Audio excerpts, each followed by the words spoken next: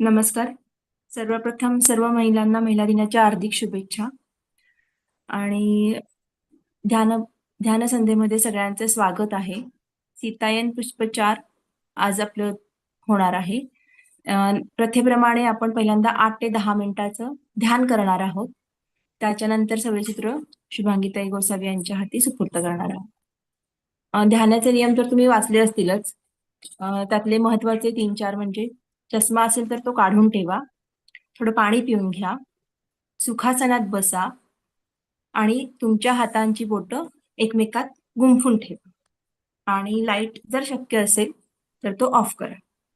तर अनघाताई म्युझिक चालू करतील आणि 10 मिनिटाचं आपण ध्यान घेऊयात. तर डोळे मिटा सगळ्यांनी.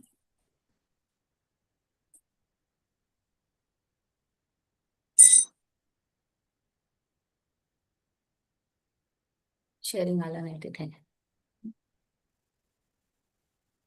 म्युझिक चालू होईपर्यंत डोळे बंद करू.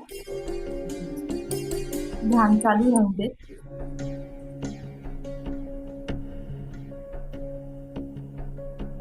साऊंड आहे का सांगा मला. हो हो, साऊंड येतोय व्यवस्थित. थँक्यू. तुमचं संपूर्ण लक्ष तुमच्या श्वासावर असू दे. येणारा श्वास आणि जाणारा श्वास.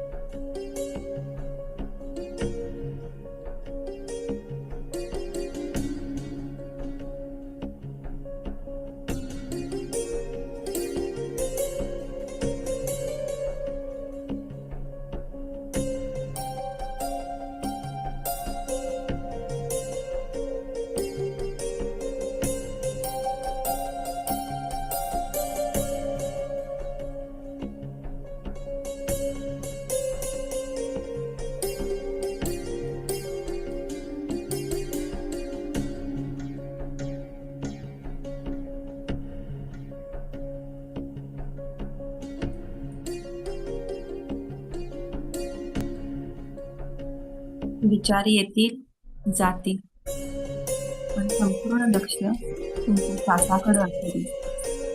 येणारा श्वास आणि जाणारा श्वास.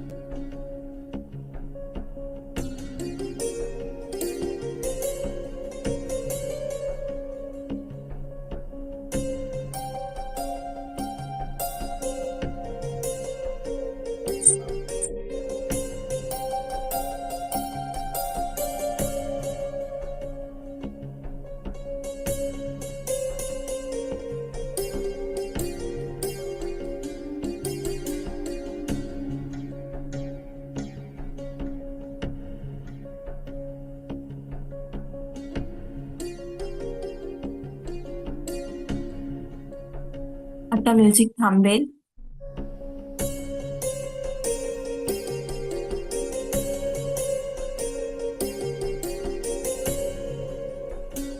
तुमच्या हातांची बोटं अलगद तुम्ही डोळ्यावरती ठेवा.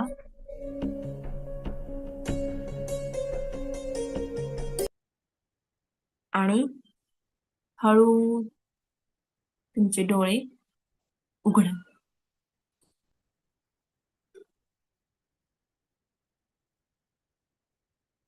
पाणी पिऊन घ्या थोडंसं. आणि आता मी सूत्र सगळी शुभांगीताई गोसावी यांच्या हाती देतीये. सीतायन पुष्प 4 साठी.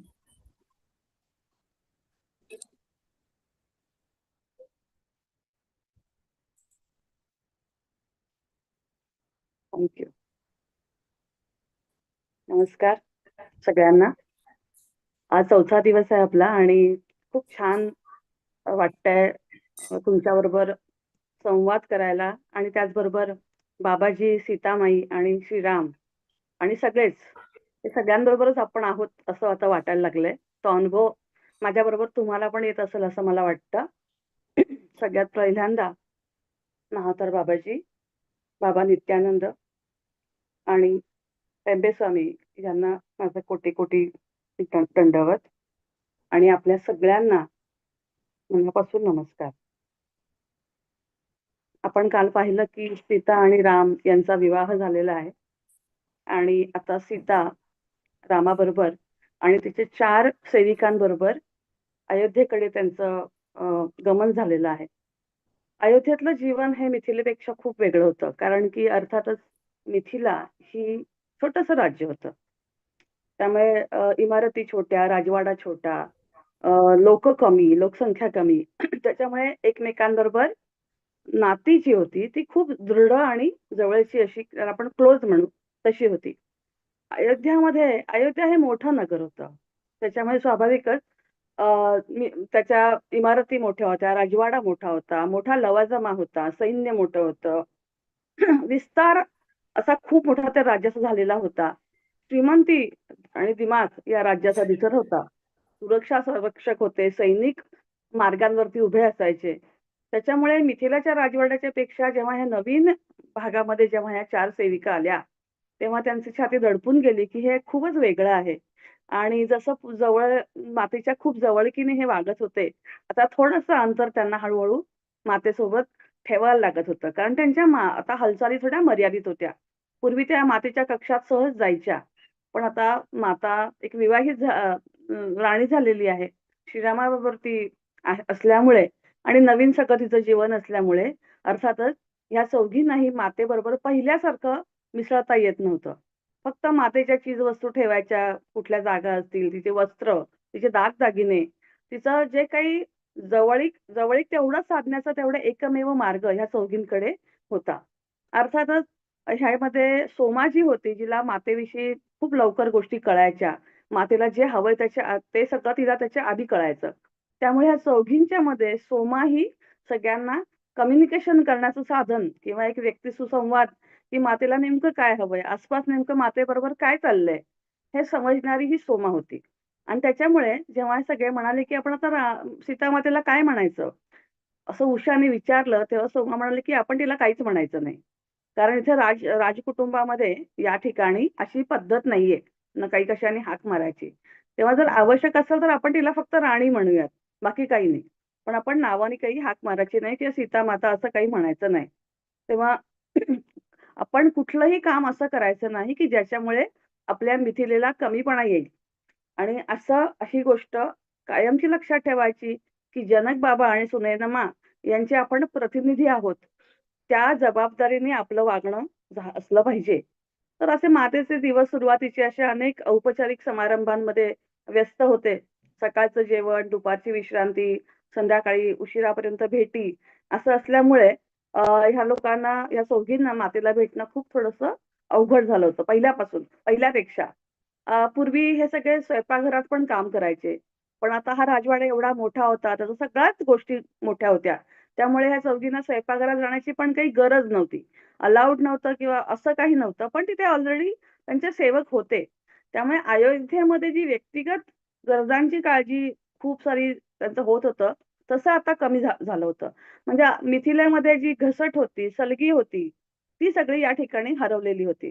कारण सोमा आणि मीनाक्षी पहिल्यापासून मातेला खूप लहानपणापासून बरोबर होत्या. तिच्याबरोबर त्या मोठ्या झाल्या होत्या. त्यामुळे त्या मनाने त्यांना असं वाटायचं, की रघुकुलाची हा राजवाडा आहे, हा खूप उदासीन वाटतोय. उदास वाण्याची जागा त्यांना वाटत होती.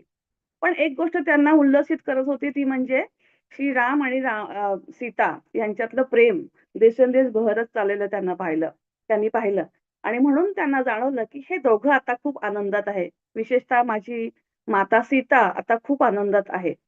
आणि हे पाहत असताना सोमाला मात्र असं वाटत होतं, की नाही, सीता दाखवतीये ती आनंदात आहे, पण ती खरं म्हणजे अस्वस्थ आहे. या राजवाड्यामध्ये फारसं चांगलं वातावरण नाहीये. जे मिथिलेमध्ये बाबा जनक आणि सुनैनामाने जे वातावरण निर्माण केलं होतं, तसं वातावरण इथे नाहीये. इथे फाटाफूट आहे. तिथे बाबाला एकच राणी होती. इथला राजा 3 राण्यांमध्ये विभागला गेला होता.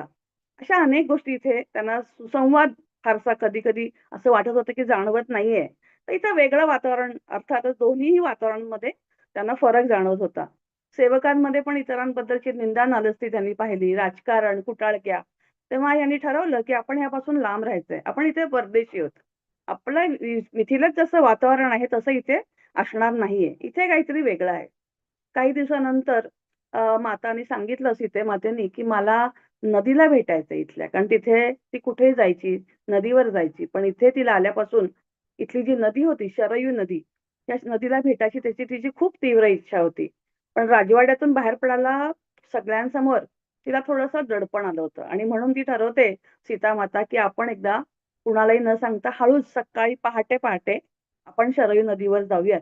आणि तशाप्रमाणे रोहना, सोमा, मीनाक्षी ह्या सगळ्या मिळून आणि उषा या चौघी मिळून मातेबरोबर शरयू नदीवरती सकाळी पहाटे निघाल्या. सगळं फुलांचं तबक जे काही पूजेचं साहित्य आहे नदीला द्यायचं, ते सगळं घेऊन त्यांनी तयारी केली आणि त्या तिथून निघाल्या. मंत्र म्हणत त्या नदीमध्ये त्यांनी आवाहन केलं. नदी देवतेला त्यांनी फुलं वाहिली, दिवे लावले आणि माता पाण्यामध्ये शिरताना त्यांनी पाहिलं. तेव्हा असं त्यांना दिसलं, की आपली जी सीतामाता आहे, ती अतिशय शांतपणे नदी देवतेशी बोलत होती. आणि नंतर तिने डुबकी घेतली आणि तिने सांगितलं नंतर सीतामातेने, की ह्या नदीला ना खूप दिवसापासून माझ्याशी बोलायचं होतं. खूप दिवसापासून ती मला बोलवत होती. आणि ती आपल्या गंगेचीच बहीण आहे, शरयू. ती छोटी बहीण आहे तिची आणि ती खूप खेळकर आहे. तर म्हणून ती म्हटली, की म्हणून मी इथे आलेली होते. तर आता शरयू देवीला माहिती होतं, की आता सर्व औपचारिकतेतून मला सुटका हवी आहे. खूपच सध्या औपचारिकपणा चाललाय म्हणून तिने मला इथे आत्ता बोलावलं. ती अनेक रात्र मला सारखी बोलवताना मला जाणवत होते. पण काल रात्री मी ठरवलं, की आपण इथून राजवाड्यातून सकाळी निघायचंच. आणि असं करून ते लवकर सकाळी परत आपल्या राजवाड्यात निघाले. परत आले तेव्हा श्रीरामाने त्यांना पाहिलं आणि त्यांनी मातेला सांगितलं, की "तू जर मला आधी सांगितलं असतंस, की तुला जायचं आहे नदीकडे, तर मी तुझी व्यवस्था केली असती." पण त्यानंतर मग माता म्हटली, की "आपण आता अरण्यात जाऊयात." आणि मग काही दिवसातच ते अरण्यामध्ये निघाले. अरण्यामध्ये गेल्यानंतर तिला इतकं छान वाटलं, कारण मातेला सवय होती अरण्यात जायची. तिथली मातीचा स्पर्श, तिथल्या झाडांशी बोलायची, वृक्षांशी, पक्ष्यांशी, प्राण्यांशी बोलण्याची सवय असलेली जी मुलगी होती, तिला अचानक अशा एक भव्य राजवाड्यात आल्यानंतर ते जे वातावरण होतं ते पूर्णपणे तिचं वेगळं होतं. तेव्हा ती खूप वेळ तिथं थांबली आणि तिने स्वतःचा परिचय तिथले प्राणी आणि वनस्पतींशी करून दिला. विचार करा, आपण नवीन माणसांना भेटतो तेव्हा आपण कसा परिचय करतो, की मी इथे अशी आलीये, नवीन आहे, मी तुमच्याच राज्यात आहे किंवा जे काही. तसंच तिने प्राणी आणि वनस्पतींशी तिने बोलायला सुरुवात केली. नंतर तिने सोमाला सांगितलं, की इथे माणसं अरण्यांवरती अतिक्रमण करत आहेत. माणसाच्या गरजा खूप वाढलेल्या आहेत आणि त्याच्यामुळे ते इतर प्राण्यांच्या गरजा आणि वनस्पतींच्या गरजा ह्याच्यामध्ये संतुलन जाण्याची सुरुवात झालेली आहे. म्हणजे हा संतुलनाचा सुसंवाद होत नाहीये. आणि हा जर समतोल हा जर साधला गेला नाही, तर निसर्गामध्ये हे सगळा सुसंवाद जो आहे, तो नष्ट होईल आणि यासाठी आपल्याला काहीतरी काम केलं पाहिजे. आता हे सगळं सोमाला समजत होतं. प्रत्येक वेळेला सीतेचा विवेकज्ञानाचा आदर हा केलाच पाहिजे हे ठरवलंच होतं. कारण विवेकज्ञान हे मूळ जो गाभा आहे, हा जनक राजाचा होता. मिथिलेमध्ये तो तो सगळ्यात जास्त महत्वाची गोष्ट होती. आणि याच्या उलट अयोध्येमध्ये पैसा, संपत्ती, श्रीमंती हे सगळं होतं. जिथे शक्ती होती पण विवेक नव्हता. आणि मिथिला आणि अयोध्या यांचं लग्न म्हणजे श्रीराम आणि सीता यांचं लग्नच मुळात ह्या गोष्टीचं झालं, की एक शक्ती आणि विवेक म्हणजे शक्ती आणि बळ असून सुद्धा उपयोग नाहीये.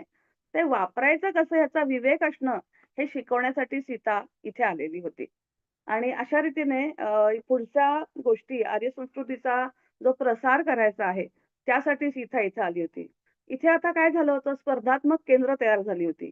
जीवन अतिशय गुंतागुंत झालं होतं. आपण पण विचार करू शकतो, आपण आता रिलेट करू शकतो. आपल्या लहानपणी आपल्या आसपासचं आयुष्य काय होतं आणि आत्ताचं आपलं आयुष्य काय आहे.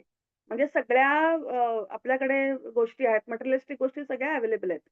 पण तरी सुद्धा आपल्याकडे वेळ नाहीये.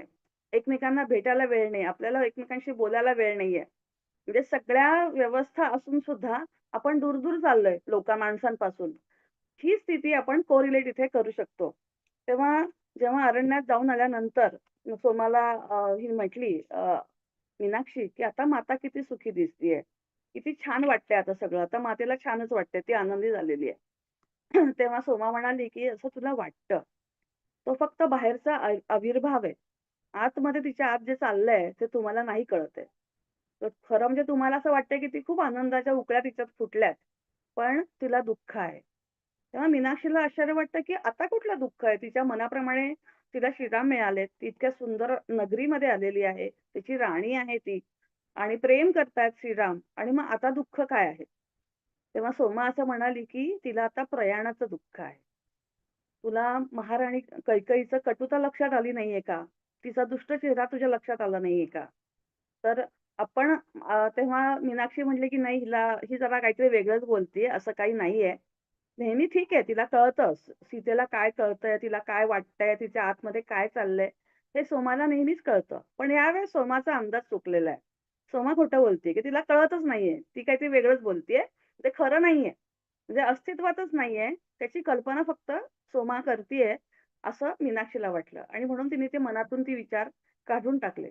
पण काही दिवसानंतरच असं लक्षात आलं, की अयोध्येच्या राज्यामध्ये प्रचंड उलथापालथ होणार होती. तीही बाहेरच्या शत्रूकडून नाही, तर आतल्या शत्रूकडून.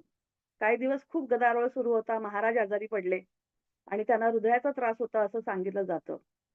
मातेला औषधांची माहिती होती. तिने खूप प्रयत्न केला वनस्पतींची औषधं द्यायची. परंतु त्यांची ताकद काही परत येत नव्हती. अशा वेळेला ठरवलं गेलं, की रामाचा तातडीने राज्याभिषेक करायला पाहिजे. आणि त्याप्रमाणे राज्याभिषेकाची तारीख ठरली आणि अचानक सर्व गोष्टी बदलल्या. महाराणी कैकेयीचं मन कोणीतरी दासीने तिच्या कुटील आणि कटू स्वभावाच्या स्त्रीने दूषित केलं आणि खूप जुनी असूया आणि संताप राणीच्या मनामध्ये घातला गेला. आपल्या सगळ्यांना माहिती आहे, की कुठल्यातरी एक जुन्या युद्धामध्ये तिथे कैकेयीने राजा दशरथाला मदत केली होती आणि अशा वेळेस राजा दशरथाने तिला 2 वर मागितले होते, की तुला पाहिजे ते माग. आणि यावेळेला ते वर मागण्याचा अधिकार कैकेयी राणीने घेतला आणि तिने सांगितलं, की राम जरी ज्येष्ठ असला, तरी सुद्धा रामाऐवजी तिचा मुलगा भरत हा गादीवर बसेल आणि दुसरा वर म्हणजे रामाने 14 वर्ष वनवासात जावे. ही घटना सगळ्यांना हादरून टाकणारी होती, की हे कसं शक्य आहे? हे कसं होऊ शकतं? पण राम तातडीने वनवासात जायला तयार झाले. पण अर्थातच सीतेचं म्हणणं होतं, की आम्ही दोघं एकमेकांपासून वेगळं राहणं शक्यच नाहीये. त्यामुळे जिथे राघव असतील तिथे सीता आणि म्हणून तिने सांगितलं, की मी पण आता निघणार आहे. हे ऐकल्यानंतर विशेषतः मीनाक्षीला प्रचंड धक्का बसला, की ही भीती वाटली, की आता हे पुढे काय होणार आहे? अशी भीती वाटली, की या राज्यावर आता दुःखाची गडद छाया पसरणार आहे. बाहेरची शक्ती आता आक्रमण करणार कारण की श्रीराम इथून जाणार आहेत. सीता जाणार आहे. राजा जो आहे याचा अयोध्येचा ते आजारी पडलेले आहेत. आणि मग अशा या सगळ्या अनुपस्थितीचा फायदा घेऊन बाहेरचे लोकं पण ह्या देशावरती आक्रमण करतील आणि मग ह्याचं रक्षण कसं होणार? हा विचार त्यावेळेस तिने सुरू केला. मीनाक्षीच्या डोक्यात हा प्रश्न आला. तेव्हा सीतेने सांगितलं, की "इथे उर्मिला राहणार आहे. तिची काळजी घेण्यासाठी तुम्हाला इथे थांबायचंय आणि मी इथे जरी प्रत्यक्ष नसले, शरीराने जरी नसले, तरी माझं अस्तित्व इथे नक्की असणार आहे. तेव्हा मीनाक्षीने विचारलं, की "माते तू किती वर्ष राहणार आहेस इथून?" तेव्हा तिने सांगितलं, की "मी 14 वर्ष इथे नाहीये. 14 वर्षासाठी मी चाललेली आहे." तेव्हा त्या चौघींनी असा प्रश्न विचारला, की माते मग तुझ्याशिवाय आम्ही इतकी वर्ष कसं काय राहणार इथे? कसं वाचणार आम्ही इथे?" तर मीनाक्षी असं म्हणाली, की "तुम्ही माझ्याशिवाय राहणार नाही आहात. मी फक्त शरीराने इथे नाहीये. पण मला बघण्यासाठी तुम्हाला मी शिकवेन. मी इथं तुमच्याबरोबर असताना माझी सेवा करणं खूप सोपं आहे. पण मी इथं शरीराने नसताना माझी तुम्हाला सेवा करायची आहे. हे शिकणं तुम्हाला आता आवश्यक आहे." तेव्हा मीनाक्षी म्हटली, "मला समजलं नाही. तू नसताना तुझी सेवा आम्ही कशी करायची?" तेव्हा सीता म्हणाली, की "तुला एक दिवस कळेल." तेव्हा मीनाक्षीने विचारलं, "माता तू कधी जाणार आहेस?" तेव्हा मातेने सांगितलं, की "उद्या सकाळी." एकदम हे सगळे धक्के या सगळ्यांना बसले होते. कारण माता सीता हा एकमेव त्यांच्याकडे धागा होता, ज्यासाठी त्या मिथिलेमध्ये आलेल्या होत्या आणि आता मिथिला सोडून माता चाललेली होती. तेव्हा सोमा म्हणाली, की "चला मग मी पण आता येतेय. मी पण तयारी करते." कारण सोमाने ठरवलं, की माताबरोबर मी जाणारच. बाकी तिघी जाणार नाही माहितीये मला, पण मी तर जाणारच. त्याला काही विचारण्याची गरजच नाहीये. तेव्हा सोमा म्हणाली, की "मी आता लवकरच तयारी करते."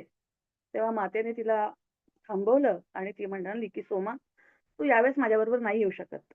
माझ्या अरण्यातील गरजापेक्षा म्हणजे मला अरण्यात तुझी जी गरज आहे, त्यापेक्षा जास्त तुझी गरज मला इथे आहे, राजवाड्यामध्ये. या राजवाड्यात माझं अस्तित्व राखण्यासाठी तू मला मदत करायला हवी आहेस.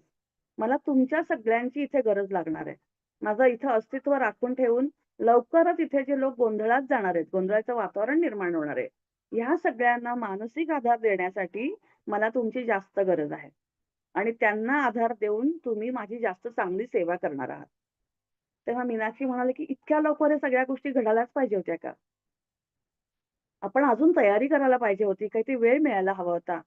तेव्हा सीतामाता म्हणाली, की "तयारी करण्याची काही गरजच नाहीये. आता काय करायला हवं नेमकं हे मी तुम्हाला आता सांगते." तिच्या खोलीच्या बाजूला तिने एक पवित्र स्थान उभं केलं होतं. छोटीशी जागा होती. तिथं त्यांनी एक छोटंसं तिने वाडगा ठेवला होता. तिथे तिने डोळे बंद केले. काही मंत्र उच्चारले आणि त्या वाडग्यामध्ये तिने तिचा हात ठेवला. त्या हातातून तिला असं दिसलं सगळ्यांना, की तिच्या हातातून तळ हातातून एक ज्योत बाहेर आलेली आहे आणि ती ज्योत ती वाडग्यामध्ये गेली आहे. माताने सांगितलं, की "या ज्योतीत मी माझी ऊर्जा ठेवली आहे. मी गेल्यानंतर ती कमी होऊ देऊ नका. तिच्यावर लक्ष ठेवा. तुम्ही केलेल्या प्रार्थना आणि घेतलेली काळजी ही ज्योत विझू देणार नाही. तिथे तूप, तेल असं काही घालायचं नाहीये. फक्त तुम्ही दररोज 24 तास याला तुम्ही मंत्र म्हणायचे आहे, प्रार्थना करायची आहे आणि जितका वेळ तुम्ही हे कराल तेव्हा ही ऊर्जा, ही ज्योत आहे ही कायमची राहील आणि ही ज्योतीचा उपयोग असा, की ही ज्योत राजवाड्याकरता संरक्षक कवच निर्माण करणार आहे आणि तिचं म्हणून तुम्ही संरक्षण केलं पाहिजे. दिवस-रात्र फक्त मंत्र म्हणायचा आहे आणि तिने मंत्र तो त्यांना शिकवला. जेव्हा योग्य वेळ येईल, जेव्हा मी परत येईल, तेव्हा मी त्या अस्तित्वामध्ये ही ज्योत परत सामावून घेईन, असं तिने सांगितलं आणि ती आपोआपच ती ज्योत शांत होईल. राम आणि मी एका कार्यपूर्तीसाठी निघालेलो आहोत आणि ती पूर्ण झाल्याचं आणि आमचं जेव्हा परत यायचं निश्चित होईल, तेव्हा तुम्हाला ते नक्की कळेल. तुम्ही मला तुमचं प्रेम आणि प्रार्थना माझ्याकडे पाठवू शकता. हे प्रेमच आपल्या सगळ्यांचं रक्षण करणार आहे. हे सगळं बोलल्यानंतर कुणाकडे काही शब्दच नव्हते, की काय करायचं? सीता अचानक निघाली, उद्या सकाळी निघाली आहे. आम्ही सेविका जन्मल्यापासून ते जे डोक्यात होतं, की आम्ही हिची सेवा करणार, यासाठीच आमचा जन्म आहे. आणि आता गोष्टी बदलल्या, की नाही हिच्याबरोबर आम्ही राहणार नाहीये. म्हणजे पुढे अंधकारच आहे. अनोळखी लोकांच्यात, अनोळखी प्रदेशात, अनोळखी वातावरणात, ते पण गोंधळलेल्या वातावरणात. अशा एका भयानक वातावरणात, की जिथे काय चाललंय ते माहीत नाहीये. काय होणार आहे माहिती नाहीये आणि ह्या सगळ्यांची काळजी घ्यायला सीतामातेने आम्हाला सांगितलेलं आहे. सीतेने तातडीने ह्या चौघींना 4 सूचना दिल्या. उषाला तिने सांगितलं, की "उर्मिला ताईची काळजी घे, कारण लक्ष्मण भाऊजींना त्यांची कामं पूर्ण करायला मदत व्हावी, म्हणून उर्मिला सखोल ध्यानात जाणार आहे." पहा, आपण आता हे सगळे जे येणार आहे ना पुढच्या गोष्टी, या खूप आध्यात्मिक पातळीवरच्या गोष्टी आहेत. इथे आता मटेरिअलिस्टिक काहीच नाहीये. म्हणजे आपण म्हणू, की "अरे, लक्ष्मण तर तिकडे असणार आहे आणि मग ही इथे ध्यान करून काय काळजी घेणार आहे?" असे प्रश्न आपल्याला येणार आहेत. आता हे वेगळं डायमेन्शन आहे. पुढचं सगळं हा सीतायन आता खऱ्या अर्थाने सीतायन कशासाठी वाचायचं, ती गोष्ट आता सुरू झालेली आहे. तर उषाला ते हा काम सांगितलं गेलं, की लक्ष्मण भाऊजींना जे काम होणार होणार आहे त्यांचं, त्यासाठी मदत करायला ती उर्मिला ध्यानात जाणार आहे आणि तिला मदत करण्यासाठी उषाने तिथं थांबणं गरजेचं आहे. श्रीरामांची आई म्हणजे कौसल्या, तिला तर प्रचंड त्रास होणारे श्रीराम नाहीत म्हटल्यानंतर, तो जो त्रास सहन करण्याची शक्ती तिला मिळावी म्हणून सोमाला सांगितलं, की "तू कौसल्या मातेपर्यंत हे माझं प्रेम आहे, ते त्यांच्यापर्यंत पोहोचव. तू जशी माझी सेवा करतेस, तशी तू त्यांची सेवा कर." सोमानंतर रोहनाला सांगितलं गेलं. रोहनाला सांगितलं, की सुमित्रा माता, लक्ष्मणाची आई, तिला मनःशांती पोहोचवली पाहिजे. ती महादेवांची खूप भक्त आहे. अध्यात्मामध्ये ती खूप पुढे आहे. तर तिला जी काही पूजा करायची आहे, तिला जी काही मदत हवी आहे, ती रोहना करेल. मग राहिली मीनाक्षी. मीनाक्षीला सांगितलं, "तुला सगळ्यात अवघड काम होतं. कैकेयी मातेची काळजी तुला घ्यायची आहे. कारण तिला तुझी गरज लागणार आहे." आता कैकेयी मातेची भीतीच पहिल्यांदा वाटली, कारण ह्या बाईनीच सगळं रामायण घडवलं असं म्हणतो आपण, की तिने सगळं केलं. तिच्यामुळेच आपली राणी ह्या बाईमुळे निघून चालली आहे. ही तोटातोट सगळी ह्या बाईमुळे होणार आहे आणि हिची मला काळजी घ्यायची आहे ह्याच्यासारखं तर चॅलेंजिंग कामच नाही होतं मीनाक्षीला. कारण त्याचं कारण सीतेने खूप सुंदर सांगितलं. आत्ता ती ती त्या विचारात आहे. पण नंतर जेव्हा तिला जाणीव होईल, की आपण काय करून ठेवलंय, तेव्हा तिला खूप त्रास होणार आहे. आत्ता लोकं तिला खूप झिडकारणार आहेत, तिचा त्याग करणार आहेत. पण जेव्हा ती भानावर येईल, तेव्हा ती स्वतःला सुद्धा क्षमा करणार नाही. श्रीरामांचं तिच्यावर खूप प्रेम आहे आणि त्यांचं स्वतःचं महत्त्व, सन्मान याचे भान त्यांना परत मिळवून देण्यासाठी तिला मदत करायला हवी आहे. सीता माता पुढे म्हणाली, की "जसं दिसतं तसं नसतं. आमच्या प्रयाणाचं त्या फक्त एक कारण आहेत." इथे शब्द वापरलाय वाहन आहे. म्हणजे शी इज कन्व्हिनर फॉर दॅट. त्यांच्या मानसिक अशक्तपणामुळे त्यांनी त्यांचा वापर तशा प्रकारे होऊ दिला. म्हणून आपण त्यांचा त्याग करायला नको. म्हणजे काय? तर कधी-कधी आपल्यालाही कळत नाही. आपण कधी-कधी आपल्या आयुष्यातले निर्णय जे आहेत, ते कुणाच्या तरी विचाराने घेतो. कुणाच्या तरी आपल्या मनावरती, आपल्या विचारांवरती त्या क्षणी पगडा बसतो. आणि मग आपण त्यांच्या पद्धतीने वागतो किंवा त्या पद्धतीने विचार करतो. So somebody else is working on your soul असं म्हणू शकतो. म्हणजे अगदी छोट्या-छोट्या गोष्टीत अगदी असतात, की लहानपणी आमच्या शाळेमध्ये असताना जेव्हा 10वी झाली किंवा 12वी झाली, तर तेव्हा ज्या मुली होत्या त्या माझ्या मैत्रिणी या कॉलेजला चालल्या, मग मी पण त्याच कॉलेजला जाते. माझ्या सगळ्या मैत्रिणी आर्ट्सला चालल्या, मग मी पण त्या आर्ट्सला जातो. So you are not going according to your karma. तुम्ही दुसऱ्यांच्या पद्धतीने जाता. आता मी छोटंसं उदाहरण सांगते. पर्सनल आहे, पण ते जनरल सगळ्यांना समजू शकेल असं. जेव्हा माझं लग्न ठरलं, तेव्हा माझ्या सासूबाईंचं माझं खूप सुंदर नातं होतं. खूप म्हणजे आमची छान गट्टी होती. माझं लग्न जेव्हा झालं, तेव्हा घरातल्या ज्या इतर नातेवाईक बायका होत्या, त्यांनी त्यांना सुरुवात सांगितली, की ही खूप शिकलेली आहे. घरामध्ये सगळ्यात जास्त शिकलेली, सगळ्यात जास्त पैसे कमवणारी, त्याच्यामुळे ती तुला कंट्रोल करणार. ही भीती ज्या सासूबाईंच्या मनात जी आली, त्यानंतर त्या सगळ्या त्यांना डिस्टर्ब झाल्या, की स्वाभाविक आहे एक स्त्री जिने सगळं घर उभं केलं, अनेक संकटातून, अनेक प्रॉब्लेममधून तिने सगळं कुटुंबाला बाहेर काढलं. अशा कुटुंबात अशी बाहेरून एक जी मुलगी येणार आहे आणि ती सगळ्या घराला कंट्रोल करणार म्हटल्यानंतर कुठल्याही स्त्रीची अस्वस्थता वाढते. म्हणजे थोडक्यात काय, तर हे असं कोणीतरी आपल्याकडून काम करून घेतं, जेव्हा आपलं मन, तेव्हा आपलं त्यावेळेला आपण अशक्त झालेलं असतं किंवा मानसिक स्थिती आपली खूप दोलायमान होते. आणि हा पण एक ऑब्झर्वेशन आपल्याला आयुष्यात करायला पाहिजे. अवेअरनेस तो हा आहे, की मी जो निर्णय घेतेय, मी जे विचार करतेय, मी जे बोलतेय, जे मला करायचंय, ते मी माझ्या विचाराने करतेय, की माझ्या विचारावर कुणाचा प्रभाव आहे, म्हणून मी करतेय. मला हे आवडत नाही, पण माझ्या आवडत्या माणसाला हे आवडतंय, म्हणून मला आवडतंय. दुसऱ्यांसाठी चांगलं करणं ठीक आहे, परंतु आपण खरंच त्याच्यासाठी म्हणून करतो का मला आवडतं म्हणून करतो? अशा अनेक गोष्टी मग तुम्हाला एक-एक सापडत जातील, की आपण कसं जगतो. आपलं जगणं हे बऱ्यापैकी दुसऱ्यांचा प्रोग्राम असतो. आपला प्रोग्राम नसतो आणि तो प्रोग्राम शोधायचा आहे. म्हणजे काय तर माझ्या सोल प्लॅननी जे मी करायला इथे आली आहे, ते मी करत नाहीये. मी दुसऱ्यांच्या सोल प्लॅन करतीये. आणि जेव्हा मी दुसऱ्याच्या सोल प्लॅननी काम करते, तेव्हा मी माझं कर्म पूर्ण करत नाही. So again come back. You have to complete it. So always have you should have always that awareness, की मी कुणाचं ऐकून करते. ऐकणं काही चुकीचं नाहीये. पण हे सतत अवेअरनेस ठेवणं, की मी कशामुळे काम करतेय, कुणाच्या प्रोग्राममुळे करते. म्हणजे समजा आता माझी आई, माझी सासू, कोणी मोठी माणसं, त्या बाईशी बोलू नको, चांगली नाहीये ती. आपल्याला एक जनरल अनुभव येतो पहा. कोणी कोणी आपल्याला काय काय सांगत असतं आणि मग आपण त्या नजरेने त्या व्यक्तीकडे बघायला लागतो. आपण न्यूट्रली त्या व्यक्तीकडे बघतो की नाही, फार कमी वेळा असं होतं. तर जेव्हा हा अवेअरनेस होतो की ठीक आहे, हिच्यासाठी ही चांगली वागली नसेल, पण मला इंडिव्हिज्युअली न्यूट्रली बघायचंय की ही व्यक्ती माझ्याबरोबर कशी आहे. कारण मग आपण जर म्हटलं की नाही ही वाईट आहे, मग आपल्याला तिच्या प्रत्येक वागण्यात वाईटपणाच दिसतो आणि व्हाईस वर्सा. चांगलं म्हटलं तर चांगलंच, मग ती वाईट वागली तरी मग ती चांगलीच आहे असं धरूनच आपण चालतो. सो हे प्रोग्रामिंग जे आहे हे कैकेयी मातेचं इथं केलं गेलं आणि दिस इज हाऊ. पण अर्थात हे कन्स्ट्रक्टिव्हली की ह्याचा अंदाजच म्हणजे याचं कारणच वेगळं होतं. पण मुद्दा हा आहे की सीतेने सांगितलं की एका अशक्त मानसिक स्थितीच्या वेळेला तिला कोणतरी असं वापरली गेली ती आणि हे असं घडलं. पण ती मुळात वाईट नाहीये. अर्थात तिने हे सांगितलं की पुढे या आपत्तीमागे सुद्धा एक वरदान आहे. हे वरदान काय, तर जंगलातील, अरण्यातील हा प्रवास खूप आवश्यक आहे. आश्रमांवर हल्ले होऊन ते नष्ट होत आहेत. या ज्ञान केंद्राशिवाय पवित्र वेद जपण्यासाठी हे आश्रम पाहिजेत आणि हे आश्रम पाहिजेत तेव्हा ह्यासाठी नवीन संस्कृती जन्माला येणार आहे. आणि आपण सगळ्यांनी या जन्मासाठी आपल्याला पुन्हा पुन्हा प्रयत्न करायला पाहिजे. कारण की नवीन संस्कृतीला पुढे न्यायचं असेल, तर आपल्याला सगळं प्रिझर्व्ह केलं पाहिजे. आणि म्हणून त्यासाठी त्यांना दोघांना अरण्यात जाण्याची आवश्यकता जाणवत होती.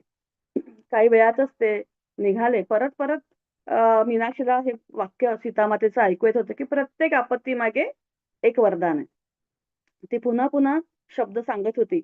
ती म्हटली, की प्रत्येकाची एक प्रवृत्ती असते. आपण जीवनाला कसं सामोरे जातो, ते आपत्ती आपल्याला आशीर्वादात आपण बदलू शकतो, हे आपण ठरवायचं. म्हणजे त्याला म्हणतात gracefully you accept whatever you are getting.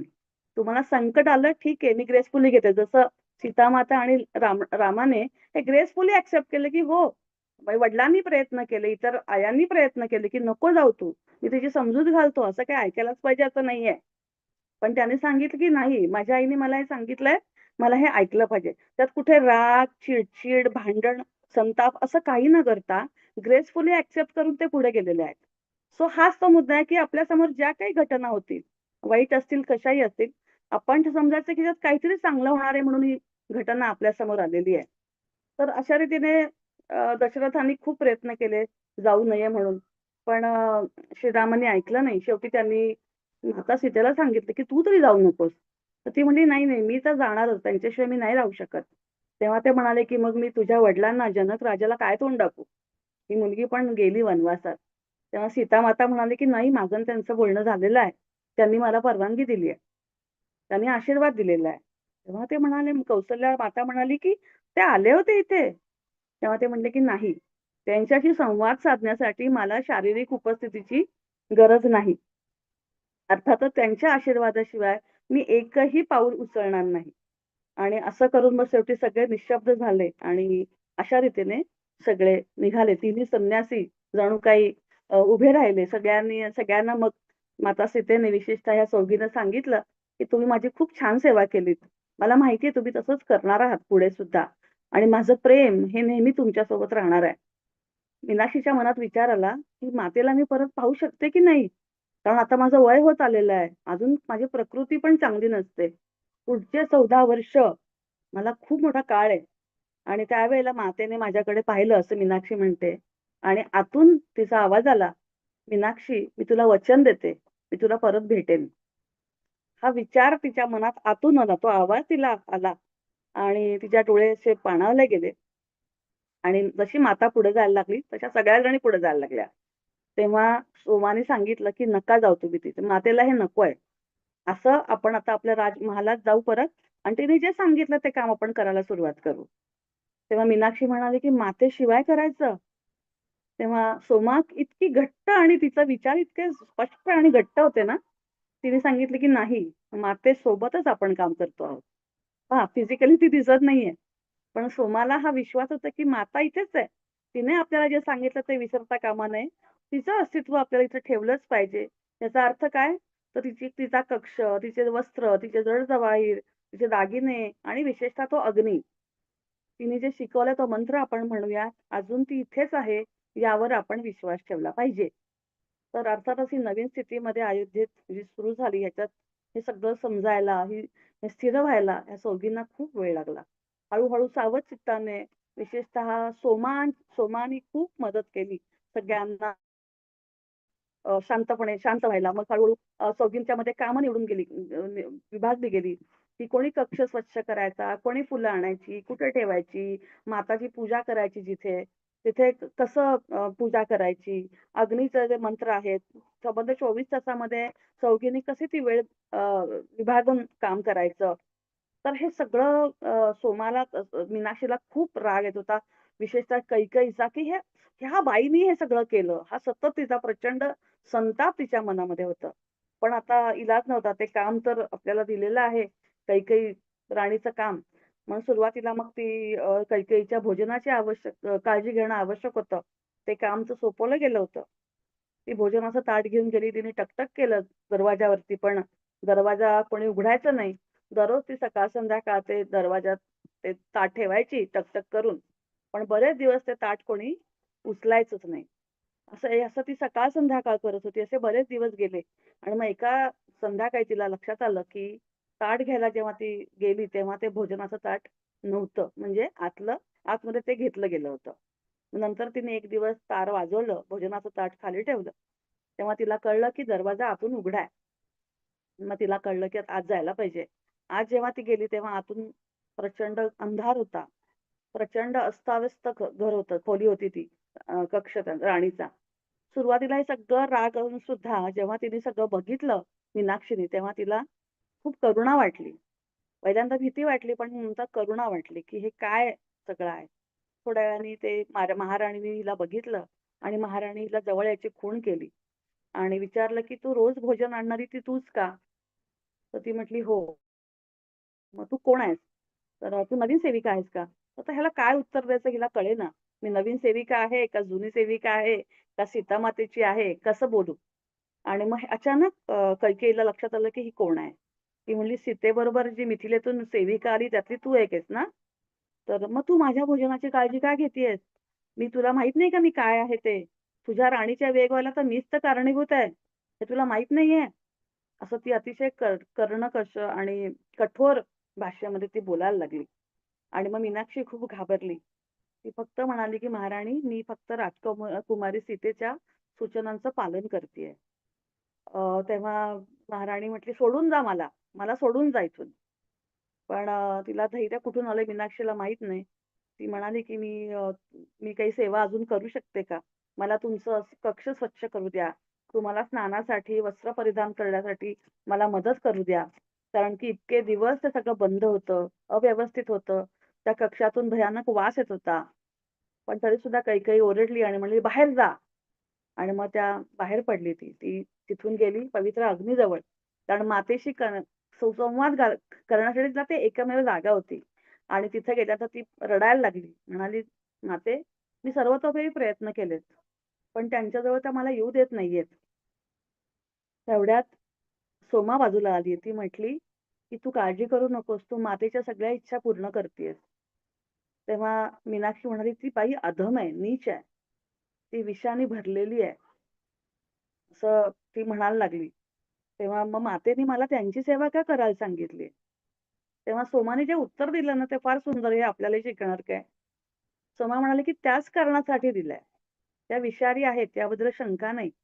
पण मातेची अशी इच्छा आहे, की त्या विषापासून त्यांची मुक्तता व्हायला पाहिजे आणि ते प्रेमाने शक्य आहे." आणि त्यांच्या या सेविकेवर त्यांनी मग त्यांच्या ज्या सेविका जिनी त्यांना हे असं सांगितलं होतं, त्या सेविकेला बंदी घालण्यात आली होती. त्यांच्या महालात त्यांच्याजवळ कोणी जाणार नाही अशी व्यवस्था करण्यात आली होती. आणि मग त्यांची जर काळजी कोणी घेतली नाही, तर तिची उपासमार होईल. आणि म्हणून ते करण्यासाठी करताना मीनाक्षी तुझी निवड केली गेली आणि म्हणून ते ओझं तुझ्यावर जर आता तुला वाटत असेल, असं सोमा म्हणाली, तर मी ते जबाबदारी घेते, तुला नको असेल तर. तेव्हा मीनाक्षी म्हणाली, "नाही, मातेने मला हे काम दिलंय. मी तिला वचन दिलंय. मी ते करणार नाही असं होणारच नाही. मी ते काम पूर्ण करेन. जर मी केलं नाही, तर मी तिला कसं माझं तोंड दाखवू, की तिने मला काम सोपवलं आणि मी ते केलं नाही. तेव्हा मी ते सगळं करते." हळू मग कैकेयी हळू मग ओपन अप झाल्या त्या आणि मग त्यांनी तिला येऊ दिलं, सगळं करू दिलं आणि हळू-हळू कैकेयी नीट व्हायला लागली. तर सोमाला ती म्हणाली, "मीनाक्षी, की एवढी भीती मला कधीच आयुष्यात वाटली नव्हती. ते नदीत मी बुडत होते तेव्हा सुद्धा मला भीती वाटत नव्हती. मी जीवन सोडायला सुद्धा तयार होते. पण अशी भावना, सीता माता इथे नाहीये, ही कैकेयी राणी माझ्याशी अशी वागते, हे सगळं भयानक आहे. हे मला सहनच होत नाहीये." तेव्हा सगळीकडे अंधार आहे. जे केलं तर सगळा अंधार आणि या सगळ्यांचा आपल्याला प्रतिकार करायला कसं करणार आपण ते? तेव्हा सोमानी तिला सांगितलं, की शेवटच्या रात्री जेव्हा तुम्ही सगळे मातेला सोडून गेलात, तेव्हा मी तिच्याबरोबर होते. काही सूचना अजून आहेत का हे विचारण्यासाठी. तेव्हा तिने मला सांगितलं, की "सोमा, या शरीराला भीती आणि वंचना कळते, पण त्याला शक्ती, धारणा आणि धैर्य सुद्धा कळतं. त्याच्यासमोर येणारे सर्व अडथळे ते पार करून जातील. पिताजी आणि ऋषींनी मला आशीर्वाद दिले आहेत. त्यांच्यापासून मला जे ज्ञान मिळालं आहे, त्याचा उपयोग करण्याची वेळ आता माझ्यावर आलेली आहे." आणि आपल्याला जनक बाबांचे पण आशीर्वाद लाभले आहेत, असं शोभा म्हणाली. त्यांनी शेवटी आपल्याला दिलेला आशीर्वाद आठवतोय का? की सगळ्यांची काळजी घ्या आणि स्वतःची पण काळजी घ्या. तेव्हा ते एकटेच आपल्या सुरक्षित व्हायला पुरेसे आहेत. इथे आपल्याला काहीही मिळण्यासारखं नाही, असं सोमानी मीनाक्षीला समजावून दिलं. हळू-हळू भोजनचं काम कैकेयीला द्यायचं काम सुरू होतं मीनाक्षीचं आणि मग त्यानंतर कैकेयीने तिला कक्ष स्वच्छ करायला पण परवानगी दिली. स्नानासाठी मदत करायला परवानगी दिली आणि मग काही दिवसातच कैकेयीला नवीन सेविका मिळाली आणि मग तिला कळालं, की आता तिथे तिची आवश्यकता नाही. तेव्हा मीनाक्षीला असं वाटलं, की मी अपयशी ठरले का? मी नापास झाले का? कारण माझं काम आता काढून घेतलंय. आपल्याला पण असं होतं बघा, काम गेलं माझं हे. मग आता झालं का? मी फेल. कारण की आता माझ्या हातातून काम गेलं. पण ह्याचं उत्तर खूप छान दिलंय, की सोमा असं म्हणाली, की "नाही, आपण जेवढं व्यवस्थित करू शकतो त्याच्यापेक्षा जास्त काम तू छान केलेलं आहे. त्या मातेला हे कळलंय, की तू व्यवस्थित काम पूर्ण केलंयस आणि म्हणून मातेनीच ही व्यवस्था केली, की आता दुसरी तिला सेविका मिळेल आणि तुला तुझ्या जबाबदारीतून त्यांनी मोकळं केलेलं आहे." पण मग मीनाक्षी म्हणली, "पण हे असं कसं शक्य आहे? ती तर एवढी लांब आहे आणि मग ती असं कसं करेल?"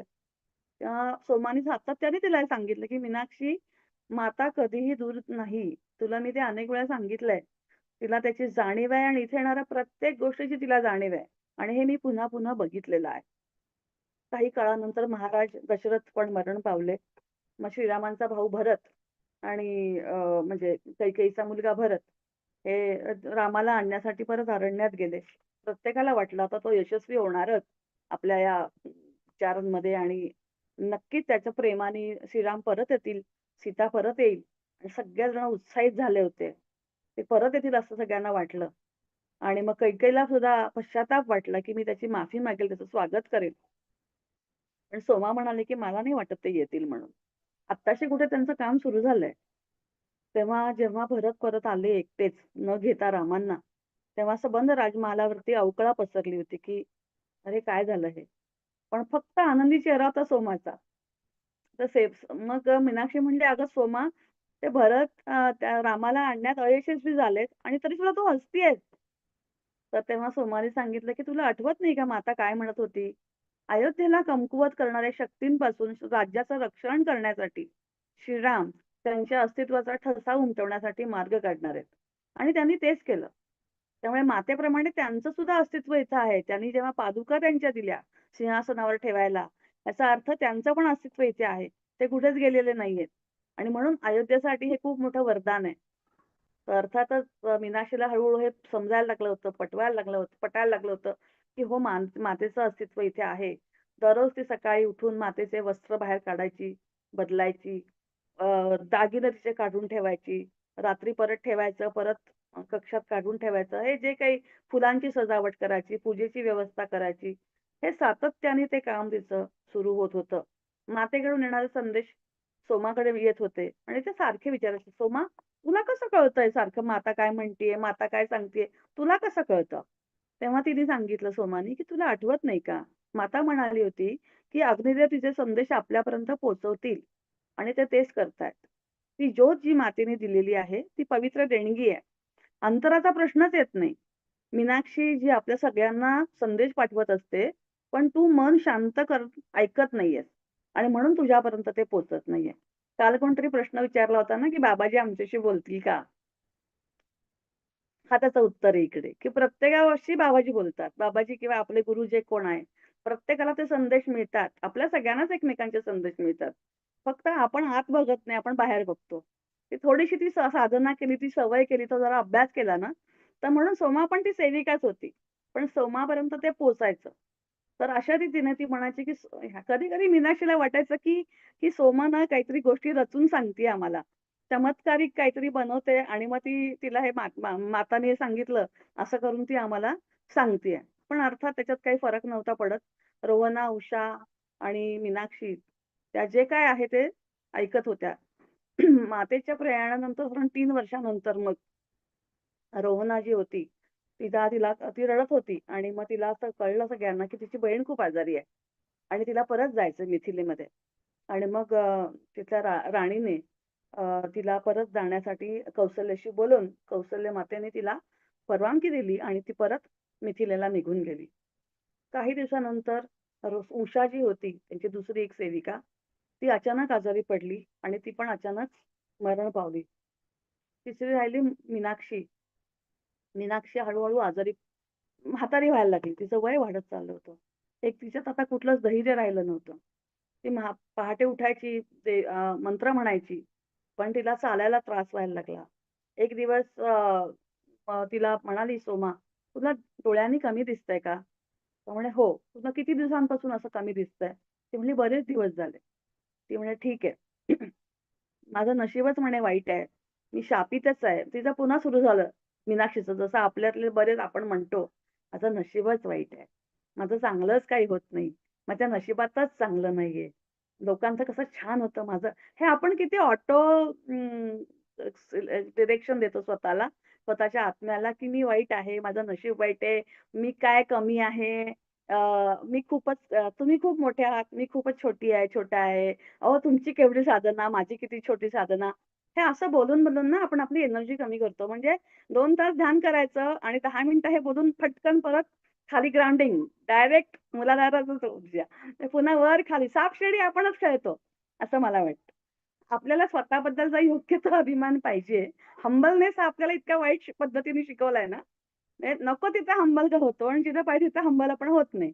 तसं आहे, की "अहो तुम्ही काय, तुम्ही ग्रेट, तुम्ही किती भारी, तुम्हाला" म्हणजे मलाशी खूप असं लोकं बोलतात म्हणून सांगते, की "बाबाजी तुमच्याशी बोलतात, बाबाजी तुमच्याशी" ठीक आहे, बोलतात ठीक आहे. पण आता ते आहे, पण मग तुमच्याशी पण बोलणार कारण की मी काही वेगळी नाहीये. मला पण तुमच्यासारखे 2 हात, 2 पाय सगळं सेमच आपल्या सगळ्यांना सेम दिलेलं आहे.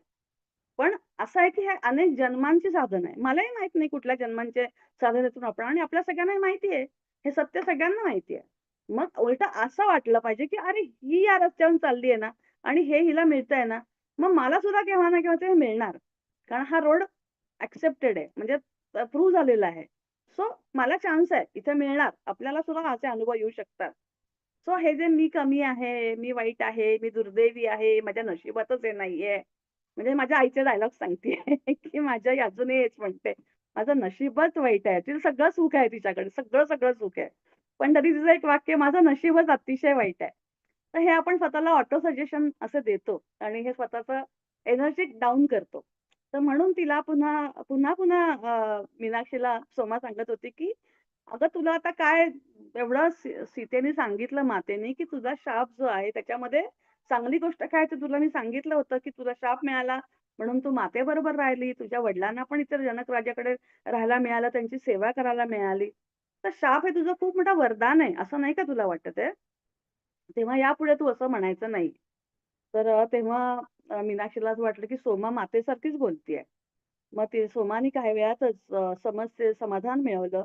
एक औषध तिने आणलं वनस्पतीचं काढून आणि तिच्या डोळ्याला सांगितलं, की "दर काही तासाने तू हे डोळ्यात टाक." तेव्हा तिने विचारलं मीनाक्षीने, "हे तुला कुठून मिळालं औषध? हे कुठून तू आणलंस?" तर ती म्हणली, "मातेने सांगितलं." म्हणे, "मातेने सांगितलं?" तर म्हणे, "हो. ती स्वप्नात आली माझ्या. तिने वनस्पती कुठे आहे ते सांगितलं. तिथे मी शोधलं आणि त्याचं औषध बनवून तुला दिलं." तर हे सगळं सातत्याने झालं, की आपल्याला कुणाची गरज नाहीये. हा अग्नी जो आहे, हाच आपल्याला संवाद साधण्यासाठी मातेशी हा उपयोगी आहे. पण सोमा म्हणाली, की हा अग्नी जरी आहे ना, तर त्याला खरं आपल्या मंत्राची काही गरज नाहीये. मातेने तसं आपल्यासाठी केलंय, की ज्यातून मातेने जर ती ज्योत तयार केली आहे, तर आपण जर मंत्र म्हणला नाही तर ती काही ज्योत विझणार आहे का? नाही. कारण तिने ते बनवलेलं आहे. तर तिची जेव्हा इच्छा असेल तेव्हा ती ज्योत शांत होणार आहे.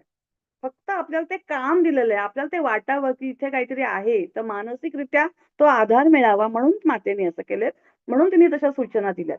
आणि आपण तिच्या शब्दापासून दूर जायचं नाहीये. कारण की जर असं केलं तर राज्यावरती संकट येऊ शकतं. लवकरच मीनाक्षीच्या तब्येतीमध्ये सुधारणा झाली. आठवड्याभरात तिचे डोळे दृष्टी चांगली झाली. तिने काम सुरू केलं आणि एक दिवस मग सोमा म्हणाली, की "तुला ना मी एका ठिकाणी घेऊन जाणार आहे. रहस्य आहे." मग ती म्हणली, "काय रहस्य आहे?" तर तुला मी घेऊन जाणार आहे. सकाळी ती लवकर उठली आणि एका पवित्र ते मंत्रोच्चार तिने केले ज्योतीसमोर, अग्नीसमोर आणि मग सकाळी ती शरयू नदीकडे हिला घेऊन गेली आणि ती म्हटली, की "इथे काय आहे?" असं मीनाक्षीने विचारलं. तर ती म्हणली, की "तुला एक जागा दाखवायची आहे मला." तिथे जागेत बघितलं. तर अयोध्येत पहिल्यांदा जेव्हा त्या शरयू नदीकडे आल्या होत्या, तिथे त्या जागेवर त्या परत गेल्या होत्या. तर तिथे जिथे माता नदी देवतेशी खेळत होती, ती जागा ती होती. तेव्हा तिने असं पाहिलं, की अयोध्येतल्या काही स्त्रिया मातेसाठी प्रार्थना करत होत्या. तर त्या म्हटल्या, की "अनेक दिवसांपासून मी पाहती आहे, की सुरुवातीला फक्त एक स्त्री होती. आता ती एकटी यायची. आता हळू-हळू 2-3 अशा करत त्या स्त्रिया वाढत चाललेल्या आहेत आणि त्या मंत्र म्हणतात. नदी देवतेसाठी गाणी गातात आणि मग आता तिथे 12 जणी आहेत आणि त्या दररोज मातेच्या रक्षणासाठी आपल्या प्रार्थना करतायत. जी एक परदेशातली राणी आहे, तिला ह्या बायका ओळखतही नाहीत. तिच्यासाठी त्या एवढी काळजी घेतायत. तेव्हा मीनाक्षी म्हणली, "खरं आहे, तिच्याबद्दल एवढं प्रेम या लोकांचं आहे, हे बघून मला खूप छान वाटतंय. ती जेव्हा परत येईल, तेव्हा ती ह्या स्त्रियांचा आभार मानेल." तेव्हा सोमा म्हटली, की "माता ज्या ठिकाणाहून उतरली होती पाण्यामध्ये, त्याच ठिकाणी या बायका आत्ता उभ्या आहेत." तर हे असं नाही का म्हणजे हे योगायोग नाही का? असं मीनाक्षी म्हणाली.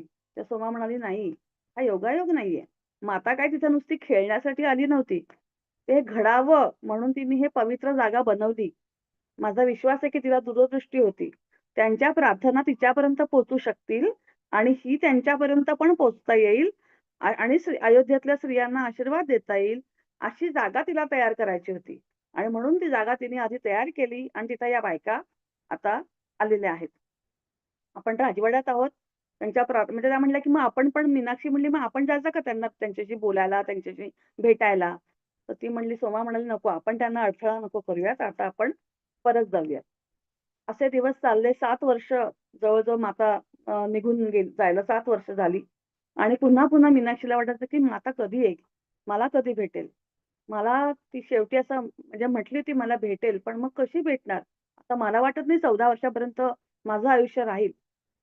तेव्हा अचानक सोमा तिला बोलली, म्हणजे तिच्या मनात चाललं होतं आणि सोमा म्हणाली, "मीनाक्षी, तू कधी कल्पना केली नव्हतीस.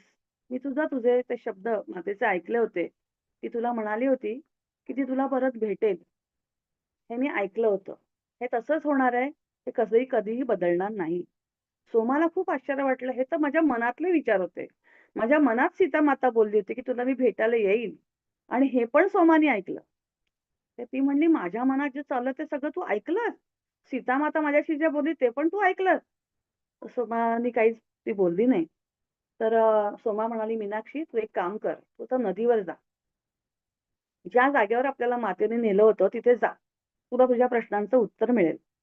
बऱ्याच दिवसानंतर मग मीनाक्षी एकटी सकाळी नदीवर जायला तिची व्यवस्था झाली आणि मग ती गेली. जिथे मातेने त्यांना नेलं होतं तिथे ती गेली. तिथे त्या बायका गाणी गात होत्या, प्रार्थना करत होत्या. ती जागा आता पवित्र झाली होती. त्याच्यानंतर त्या बायका गेल्यानंतर तिने आपल्या चपला तिथे काढल्या पादत्राणं आणि ती पहिल्यांदा नदीत एकटी अशी उतरली आणि ती विचार करायला लागली, की हे दिवस किती सुंदर होते मिथिलेतले.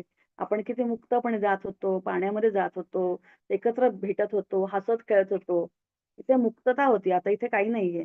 आणि मग तिच्या ह्या सगळ्या आठवणींचं ओझं तिच्या डोळ्यात आलं आणि रडायला ती लागली, खूप रडायला लागली.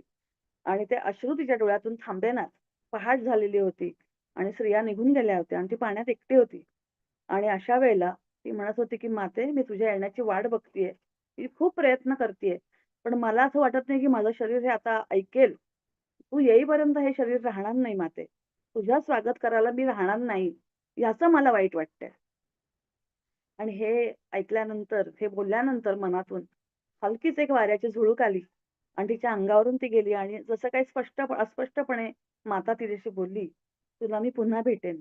असं तुला मी वचन दिलं होतं ना?" तो आवाज तिला आतून येत होता का बाहेरून हे तिला कळलं नाही आणि तिला अचानक वाटलं की मागे कोणतरी आहे. तिने नदीच्या काठावर बघितलं, तिथे सीतामाता उभी होती. ती निशब्द झाली. ही माता इथे कशी काय? तर माता म्हणाली, "मीनाक्षी, आता माझं स्वागत कर." मग मीनाक्षी म्हणाली, "माता तू परत आलीस?" माता म्हणाली, "मीनाक्षी तू जर पाण्यात उभी राहिली तर तुला थंडी वाजेल." तेव्हा तिच्या लक्षात आलं, की अरे आपल्याला थंडी वाजते, आपण कुडकुडतोय. ती हळू नदीतून बाहेर आली. तिला उठायला, नदीतून परत यायला सीतामातेने मदत केली आणि तिने आपल्या अंगावरची शाल मीनाक्षीच्या खांद्यावर टाकली, अंगाभोवती गुंडाळली. तिला असं प्रेम व्यक्त करायचं होतं. आणि मीनाक्षी म्हटली, "मला सर्व काळ अनंतापर्यंत तुझी सेवा करायची आहे." हे तिला सांगायचं होतं, पण तिला ते शब्द फुटेनात. तिला आवाजच येत नव्हता. तेव्हा सीतामाता म्हणाली, की "मीनाक्षी, मी तुझ्यासोबत आहे हे जाणण्यासाठी तुला माझं शरीर बघायची गरज नाहीये. फक्त याच जन्मी नाही, तर मी कायमची तुझ्याबरोबर असेल." आणि असं बोलून माता सीता पुढे झाडांमध्ये निघून गेली. तिच्या मागे जायचा हिने प्रयत्न केला, पण ती अडखळली मीनाक्षी आणि झाडीपर्यंत पोहोचेपर्यंत सीतामाता अदृश्य म्हणजे दृष्टीतून बाहेर पडली. जेव्हा ती परत आली राजवाड्याकडे, त्या सोमाने तिला पाहिलं. सोमा म्हणली, "मीनाक्षी, तुला मातेची शाल कशी मिळाली?" तेव्हा ती म्हटली, "अगं मी नदीत भिजले होते आणि मातेने मला पाहिलं आणि तिने शाल माझ्या भोवती गुंडाळली आणि माझ्या अंगावरून पाणी निथळत होतं. तेव्हा ती म्हणाली, की तुला थंडी वाजेल आणि म्हणून तिने आपल्या खांद्यावरची शाल काढली आणि माझ्या खांद्यावरती तिने गुंडाळली." सोमाने सांगितलं, "चल आत्ताच्या आत्ता आपण सीतामातेच्या कक्षात जायचंय." तिने बघितलं. ती म्हणली, "मी काल रात्री आज मातेने जे घालायचं शाल इथे काढून ठेवली होती, ती मला सकाळपासून सापडत नाहीये. आणि आत्ता मला तुझ्या अंगावरती दिसतीये. तू तर नाही ना घेऊन गेलीस ती शाल घालून?" असं सोमाने तिला विचारलं. सोमा म्हणली, मीनाक्षी म्हणली, "असं मी करेल का? असं कसं शक्य आहे मी करेन?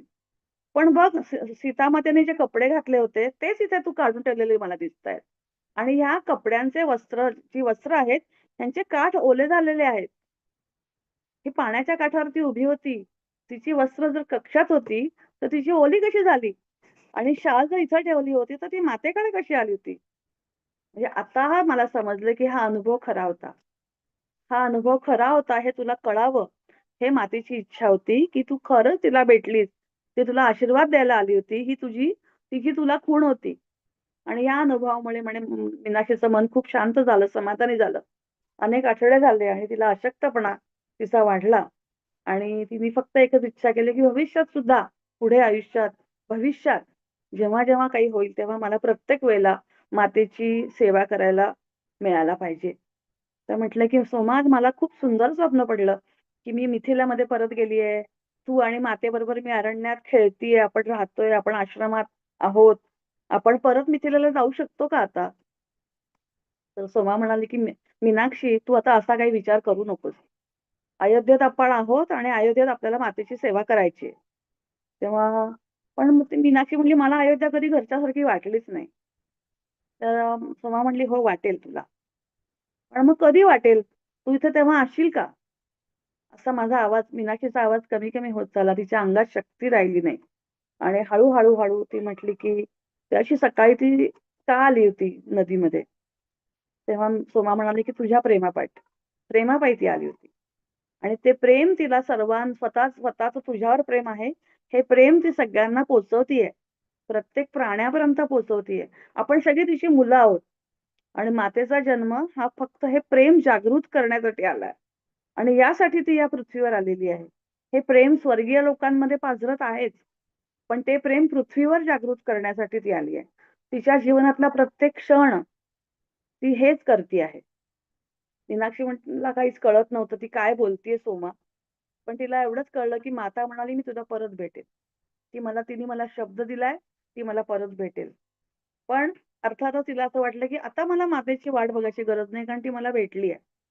मी कित्येक वर्ष जे पाहिलं, ज्याची वाट बघत होते, ते मला मिळालं. आता हळू-हळू सोमा सोमाच एकटी सोमा आणि मीनाक्षी दोघीच राहिल्या होत्या. मीनाक्षीची तब्येत हळूहळू कमी कमी होत चालली होती, खराब होत चालली होती. ती थकली होती आणि सोमाला आता बऱ्यापैकी सगळे लोक राजवाड्यातले ओळखत होते. तिच्या सल्ला आणि मार्गदर्शनासाठी लोक येत होते. राजमहालात ती चांगली मिसळलेली होती. ती आता अयोध्येचा एक भाग झाली होती. आणि अशा रीतीने ती म्हणाली एक दिवस, मीनाक्षी, सोमा, मी जरी नसले तरी तू मातेची वाट बघशील. तेव्हा सोमाने फार सुंदर उत्तर दिलंय. सोमा म्हणते, मी मातेची वाट कधीच बघत नव्हते, कारण ती मला कधी सोडून गेलेलीच नाहीये. हे इतकं वेगळं तरल भाग आहे ना सगळा. म्हणजे ती म्हटली की सोमा आमच्यासारखी कधी नव्हतीच. ती एक रहस्यच होती. मी तिला जे मला कधीच कळू शकलं नाही, ते तिच्या शब्दांनी फक्त मला समाधान वाटायचं. आणि या जगासाठी डोळे बंद होत असताना मी तिचे हे शब्द शेवटचे ऐकले, की माता कधीच गेली नाही. माता इथेच आहे. अशा रीतीने मीनाक्षीचा हा एक जन्म संपला आणि अयोध्येमध्ये तिचा पुन्हा एकदा पुनर्जन्म झाला. एका अशा घरात जे क्षत्रिय लोकांचं घर होतं. ह्या 4 युगांमधला दुसरं युग, त्रेतायुग आता संपत आलेलं होतं. श्रीराम आता राज्याचे राजा होते ते. याच वेळेला त्यांच्या राज्यामध्ये, राजवाड्यामध्ये ह्या नवीन मुलगीचा, जो मीनाक्षीचा नवीन जन्म होता, त्या जन्मात तिचं नाव होतं अनुसूया. आणि अनुसूयेचा जन्म झाला. तिचे वडील राजवाड्यामध्येच काम करत होते. ते अतिशय चांगल्या वरच्या पदावरती काम करत होते. तिला मोठी भावंड होती. तिच्या लहानपणीच्या भावांची लग्न झाली होती. इतकी छोटी होती ती अनुसूया. तर अशा रीतीने ती हळूहळू मोठी झाली. दरवेळेला अनुसूयाची आई तिला म्हणायची, की अनुसूया खूप एकनिष्ठ पत्नी होईल. सेवा करणं हा तिचा स्वभाव आहे. तर दुसरा भाग म्हणे तिला फार आवडायचा, पण पहिला भाग तिला कधीच आवडायचा नाही. पत्नी होईल नाही. ती लहानपणापासून म्हणायची, मला लग्न करायचं नाही. आपण अनेक जन्मांचे जे ठसे घेऊन येतो ना, त्याचे परिणाम कसे असतात. मीनाक्षीला आयुष्यभर शिकवलं गेलं, की तुझं लग्न करायचं नाही. तुझं लग्न होणार नाही. लग्नाने तुला प्रॉब्लेम येणार आहेत. तुझ्या मुलांना प्रॉब्लेम येणार आहेत, म्हणून तू लग्न करायचं नाही. हा जो इम्पॅक्ट आहे, हा जो संस्कार आहे आपल्या आत्म्यावरचा, तो आत्म्याचा संस्कार आपण कॅरी करतो. म्हणजे आता तुम्ही स्वतःबद्दल पण अभ्यास कराल, की काय-काय मी साचवलंय आणि माझे काय-काय प्रोग्राम्स आहेत आणि हे प्रोग्राम्स कशामुळे आलेले आहेत, हे शोधणं आपल्याला आता गरजेचं आहे. तर तेव्हा हा काळ जो होता, तेव्हा ती 8 वर्षाची होती. तिला शाळेत टाकलं होतं. म्हणजे त्यावेळेस रामाचे शेवटी ती जेव्हा 7-8 वर्षाची झाली, तेव्हा रामाचं पण ते पण सोडून गेले हे जग. तेव्हा त्यांची 2 मुलं लव-कुश हे राज्य करत होते. मुलींसाठी स्थापन केलेली गुरुकुलात हिला शाळेत टाकलं होतं. तिच्या वडिलांना हे आवडत नव्हतं. पण सीतेची खूप इच्छा होती, की मुलींचे शिक्षण व्हायला पाहिजे. अतिशय उत्कट इच्छा होती आणि ते बघण्यासाठी त्या राहिल्या नाहीत. पण तरी सुद्धा श्रीरामांनी मुलींसाठी गुरुकुल सुरू केलं होतं. त्या सगळ्या प्रकारची मुली शिकायला येत होत्या. मिथिला आणि अयोध्येच्या या विवाहामुळे हे ज्ञान मिळवण्याची एक नवीन संधी या मुलींना आता मिळत होती. तर तिथे फक्त शिकणंच अपेक्षित नव्हतं, तर मग विनयशीलता, भक्ती, सेवा या गोष्टी पण इथे शिकवल्या जात होत्या. तेव्हा श्रीरामांनी या शिक्षणाला मुलींच्या खूप खूप प्रोत्साहन दिलं होतं. अनुसूयाच्या घरातली ही पहिली मुलगी होती जी शाळेत जात होती आणि वडील खरं नाखुश होते, पण श्रीरामांसाठी म्हणून, महाराजांना हे आवडतं म्हणून ते पाठवत होते. पण जेव्हा एकदा असंच शाळेमध्ये शिकवत जात होतं, की एक गोष्ट सांगत होते, श्रीराम आणि राजकुमारी यांची गोष्ट. तेव्हा एक त्या शिक्षकाने सांगितलं, की रावणाने सीतेला बंदी बनवलं. आणि त्या क्षणी ही एकदम ओरडली, की "नाही, हे सत्य नाहीये. हे भाग खोटा आहे." आणि तेव्हा ती म्हणली, "यापुढे मी गुरुकुलात जाणारच नाही, कारण हे वेगळं सांगतात काहीतरी आणि जे मला पटत नाहीये." मग वडिलांनी खूप समजूत घातली, की "मग तुला का असं वाटतं, की ते महायुद्ध कुठल्या कारणाने झालं असेल?" ती म्हणली, "मग महाराणी सीतेचं अपहरण झालं नाही का?" ती म्हणली, "मला ते नाही माहिती. पण मला हे माहिती आहे, की तिला बंदी नाही केलेलं." हे हे संस्कार आपल्या शरीरामध्ये, मनामध्ये असतात, पण आपल्याला जर त्याचा अर्थ नाही कळत त्यावेळेला. ती म्हटली, की "मला एवढं माहिती की तिला पळवून नेलेलं नाहीये. त्याबद्दल माझी पूर्ण खात्री आहे." तर माझ्यापुरतं बोलायचं झालं तर महाराणी आणि महाराज हे वनवासात गेले होते. त्यांचा बराचसा काळ तिथे गेला. 14 वर्षांनी ते परत पण आले. युद्ध पण झालं. रावणाचा पराभव पण झाला. पण त्याचा आमच्या महाराणीशी काही संबंध नाही, असं मला वाटत होतं. आणि हा जो भाग सांगितला जातो, तो सीतेची प्रतारणा करणारा भाग आहे असं मला वाटतं. जी व्यक्ती स्वतःचं संरक्षण करू शकते, जी अरण्यामध्ये सहजपणे संचार करू शकते, जो धैर्य तिच्यामध्ये आहे, अशी व्यक्ती स्वतःचं संरक्षण केल्याशिवाय बरोबर राम आहेत, तरी सुद्धा एक रावण तिला कसं काय पळून घेऊन जाऊ शकतो, बंदी करून जाऊ शकतो, हे मला मान्यच नाहीये. त्या इतक्या तिच्या भावना तीव्र होत होत्या. पण त्या का तीव्र होत होत्या, हे तिला काही सांगता येत नव्हतं. गुरुकुलात बंद ते झालं जायचं. मग तिला आईला ती स्वयंपाकघरात मदत करायला लागली. एक दिवस असं झालं, की एक सेविका त्यांच्या घरातली अन्नाचं ताट घेऊन येत होती आणि ते अचानक तिच्या हातातून ते पडलं. ते पडल्यानंतर ते अन्न खाली पडल्यानंतर पळत-पळत अनुसूया तिथे गेली आणि मग ते स्वच्छ करायला लागली. ती ओणवीहून स्वच्छ करायला लागली. त्याच वेळेस तिचे वडील समोर आले आणि तिला खूप रागावले, "ही सेविका आहे ना काम करायला, तू का काम करतीयेस इथे?" पहा आता मागच्या जन्मातले संस्कार होते, की सेवा करायची, तिथे कमी आणि जास्त कामाचं काही छोटं काम नाही, मोठं काम नाही आणि हे सहज त्याप्रमाणे करायला लागली. पण वडिलांचं काय म्हणणं, "ते सेविकांचं काम आहे, तुझं काम नाहीये." तर अशा पण आता प्रसंगामध्ये ती आली. मग वडिलांची धारणा ही होती, की घरामध्ये प्रत्येकाला एक जागा दिलेली आहे. प्रत्येकाने त्या जागेप्रमाणे काम करायचं. तेव्हा तिला खूप वाईट वाटलं, की वडील मला असं का रागवतायत? तिला सतत नदीकडे जायला वाटायचं. असं वाटायचं, की नदी मला काहीतरी संदेश देणार आहे. पण ती काही पोहोचू शकायची नाही. मग नंतर आता शाळेत पण जात नाही, शिक्षण पण आता काही नाहीये. मग वडिलांनी त्यांच्या ओळखीतल्या एक चांगल्या परिचित अशा मित्राच्या मुलाशी लग्न ठरवायचं ठरवलं. एक चांगला मुलगा आहे. तिच्याच वयाला बरोबर जोडीदार म्हणून योग्य आहे आणि म्हणून त्यांनी सांगितलं. पण जेव्हा त्यांनी सांगितलं तेव्हा ती प्रचंड रडायला लागली. ती म्हणली, "मी कधीही लग्न करणार नाही." तर वडील म्हणले, "तू एवढी का चिडली? एवढा तुझ्या भावनांचा उद्रेक का होतोय? सगळ्या मुली या वयामध्ये चांगल्या माणसाशी लग्न करावं असं स्वप्न बघतात आणि तू असा काय विचार करतेय?" तेव्हा ती म्हटली, की "पिताजी माझ्यावर जबरदस्ती करू नका. मला असं वाटतं, की माझं माझं लग्न झालं ना, तर मी मरेन आणि माझी मुलं पण मरतील." वडील म्हणले, "मरणार? हा काय मूर्खपणा आहे? तुला कोणी सांगितलं हे?" ती म्हणली, "नाही, माझ्या बाबतीत हे असं घडणार आहे. मला माहीत नाही ते का." मग आणि वडील म्हणले, "अगं, असं तुझ्या बाबतीत कधी होणारच नाहीये. मी होऊ देणार नाही." ती म्हणली, "नाही, मला हे नाहीच होणार. मी नाहीच करणार." शेवटी वडिलांनी ठरवलं, की हिची भीती काहीतरी बसलेली आहे. हिच्यावर आपण उपचार केले पाहिजेत.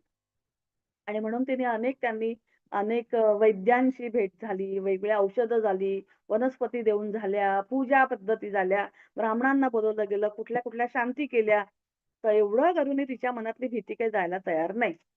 मग एक दिवस तिचे वडील आईशी बोलत होते, की आम्हाला असं कळलं, की महाराणी सीतेची तिच्याबरोबर एक मिथिलेमध्ये एक दासी होती. ती अजून जिवंत आहे आणि ती आजार बरं करते, असं आम्हाला कळलंय. तर ती थोडीशी लांब राहते, पण तिच्याकडे जर आपण गेलो हिला घेऊन, तर कदाचित ती बरी होऊ शकेल. पण अर्थात माहीत नाही ती दासी जिवंत आहे का नाही, कारण ती भेटेल का नाही, तिची मदत होईल का नाही, हे सुद्धा माहिती नाहीये. पण वडील म्हटले, की आता आपल्याकडे दुसरा पर्याय पण नाहीये. कदाचित पूर्वजन्मामुळे तिच्या मनात त्याची खोलवर भीती बसली असेल आणि या जीवनात जर तिला सुखी व्हायचं असेल, तर तिला हा प्रश्न आपल्याला व्यवस्थित घसाला लावायला पाहिजे. कदाचित आपल्या महाराणीचे आशीर्वाद या स्त्रीमार्फत आपल्याला मिळतील. आता ती स्त्री अतिशय म्हातारी झाली असेल, वयस्कर झाली असेल. तिचं नाव सोमा आहे असं आम्हाला कळलं आहे. आपण या सोमाकडे आपण हिला घेऊन जाऊ. तर हे आवाज जेव्हा तिने नाव ऐकलं, त्या क्षणी तिला आतून काहीतरी खूप छान वाटलं, की मला या स्त्रीकडे जायचंय आणि मला नक्की वाटतं, की हिच्यामुळे मला मदत होणार आहे. मग तिच्या आईला बरोबर देऊन तिच्या वडिलांनी त्या प्रवासाची व्यवस्था केली. ते प्रशासन अधिकारी होते, खूप मोठे अधिकारी होते. त्यामुळे तो प्रवास व्यवस्थित करता यावा म्हणून त्यांनी रक्षक पाठवला, शिधासामुग्री पाठवली आणि तिच्या छातीत धडधड व्हायला लागलं, की आता तिला आठवलं नाही सोमा, पण ते फक्त कंपन म्हणतो ना, आपल्याला माहीत नसतं काय असतं. कारण आपण आपल्या मेंदूशी कनेक्ट करतो. आपला मेंदूत असलेला डेटा मॅच करतो, की हे ह्याच्यामुळे होतंय, त्याच्यामुळे होतंय, ह्याच्याशी मी बोलले, हा चांगला आहे, त्याच्या प्रसंग आपल्याला आठवतात आणि आपण ते मॅच करतो आणि मग तो छान आहे. पण कधी-कधी असं असतं, की माहीत नसलेल्या, नवीन भेटलेल्या माणसाविषयी पण आपल्याला वाटतं म्हणजे काहीतरी कुठलंतरी जन्माचं ते कनेक्शन आपलं असू शकतं. तर अशा रीतीने मग बराच काळाचा तो प्रवास करून ते तिथे पोहोचले. अनुसया तिथे आईबरोबर पोहोचली. ज्या ठिकाणी सोमा राहत होती त्याच्या जवळ एक आश्रम होता. त्या आश्रमामध्ये त्यांची राहायची व्यवस्था केली होती. अनुसयाची आई म्हणाली, "पण अनुसया तुझ्या इच्छा किंवा अपेक्षा फार उंचावू नको. ती आपल्याला भेटेल का नाही आपल्याला माहिती नाही. ती जिवंत आहे का नाही आपल्याला माहिती नाही. जिवंत असली तरी बोलण्याच्या स्थितीत आहे की नाही आपल्याला माहिती नाही. काहीच माहिती नाही." पण तरी सुद्धा अनुसया म्हटले, की "नाही, तरी सुद्धा आपण जाऊयात." आणि मग ते जेव्हा आश्रमात पोहोचले, त्यांनी तिथल्या गुरूंना विचारलं, की "सोमा आम्हाला भेटू शकते का? ते जिवंत आहेत का?" तेव्हा ते गुरुजी म्हणाले, की "हो, ती जिवंत आहे. पण त्यांचं वय खूप झालंय. तर पाहुण्यांना भेटतात का?" तर त्या म्हणल्या, की पाहुण्यांना ती भेटते. त्यांच्यात आजार बरे करण्याची शक्ती आहे असं तिची आई म्हणली, की "आम्हाला असं कळलंय." तर ते म्हणले, की "सीतेने शरीर सोडून खूप वर्ष झाली आहे. सुरुवातीला सोमाला भेटायला खूप लोकं यायची, पण आता फार कमी लोकं जातात. अयोध्येतले लोकं बरं होण्यासाठी येतात. त्यांना मिळतं की नाही ते मला माहिती नाहीये, पण ती नेहमी म्हणते, की "मी काहीच करत नाहीये. माता जे मला सांगते ते मी करते." त्याच्यामुळे ती अशी कसलाच सांगू शकत नाही, की हे सगळं मी बरं करते. तुमच्या मुलीला बरं वाटो न वाटो, पण सोमाशी भेट मात्र होऊन तुम्हाला बरं वाटेल, एवढं मी तुम्हाला सांगते. आणि दिवसभर ती खूप मौनात असते. कधी-कधी ती बोलायला लागताना अचानक दुसऱ्याच जगात जाते. अचानक ती मौन धारण करते. मध्ये डोळे बंद करते. डोळे बंद केल्यानंतर ती कधी लवकर उघडतही नाही. तेव्हा आपण असं सगळी तयारी मानसिक करून त्या गुरुजींनी दिली, की तिचं शरीर आहे. पण ते शरीर तिची अशी तयारी आहे, की मला मातेने घ्यायला कधीही यावं मी तयार आहे. अशा स्थितीत त्या क्षणाची ती वाट बघतीये. तेव्हा अशी मानसिक तयारी त्यांनी करून दिली गुरुजींनी आणि मग मी ठरवलं, की आता दुसऱ्या दिवशी आपण जायचं. दुसऱ्या दिवशी सकाळी ह्या दोघी मायलेकी तिच्याकडे गेल्या सोमाकडे.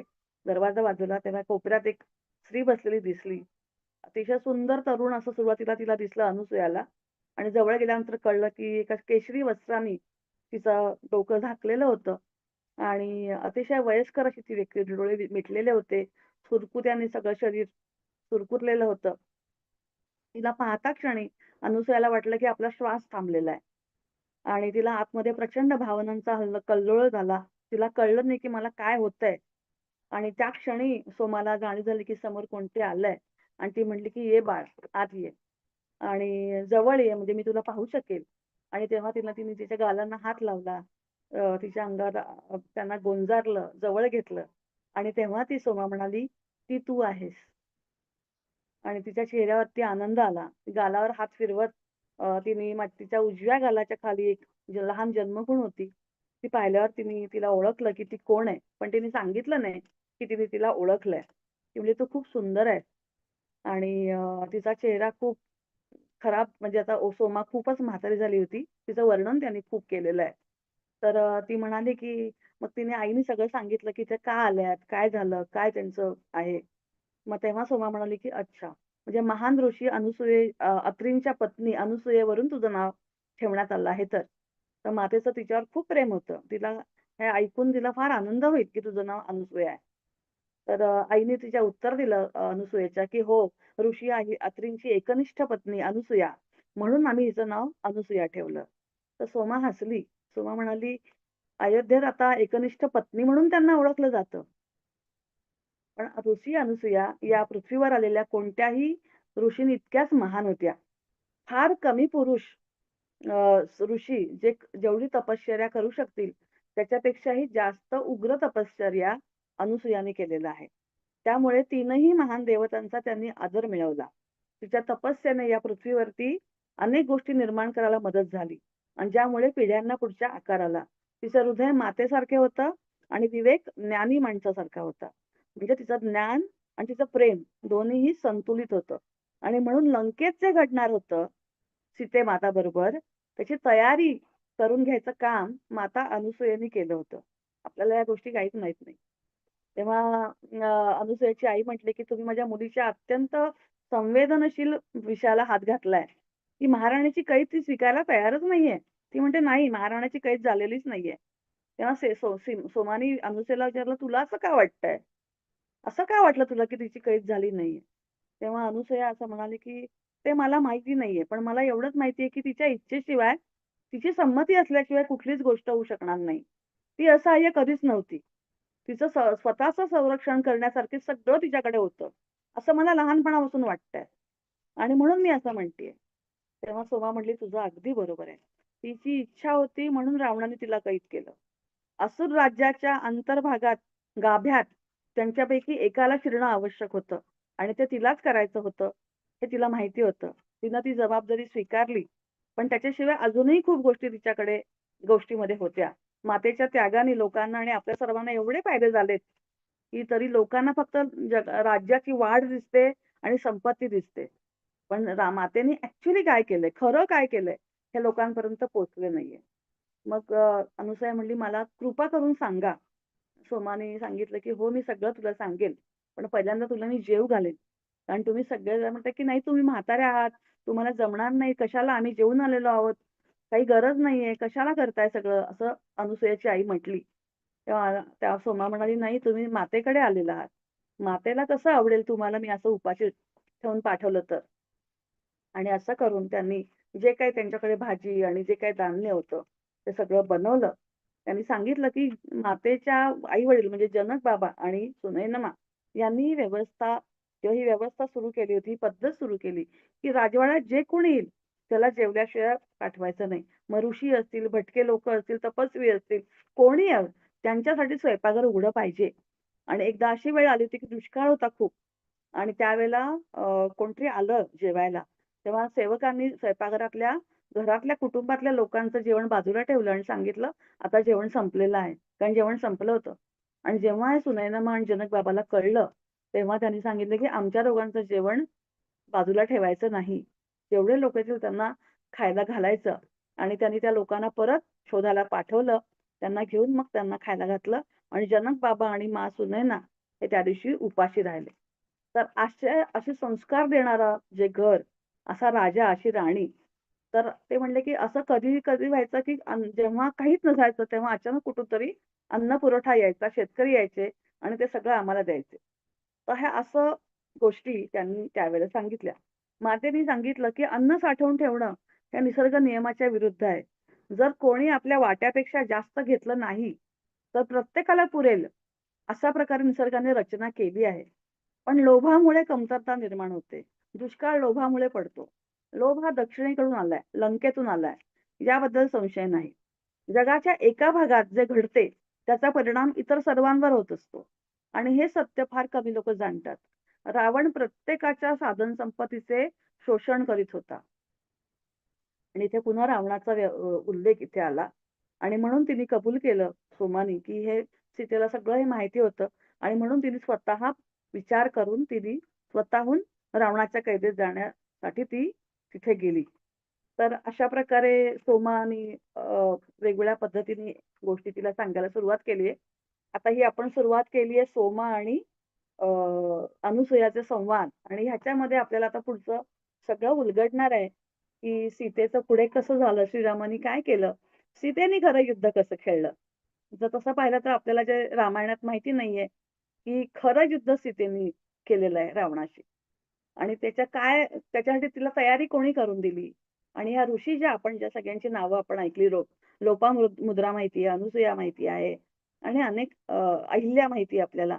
पण त्या आपल्या सगळ्यांना फक्त कुणाशी तरी पत्नी एवढाच त्यांचा आपल्याला रेफरन्स माहिती आहे. पण त्या स्वतंत्रपणे एक मोठ्या ऋषी होत्या हे आपल्याला माहिती नाही आणि या सगळ्याचा उल्लेख आता या पूर्ण सीतायणमध्ये पुढे येणार आहे. धन्यवाद.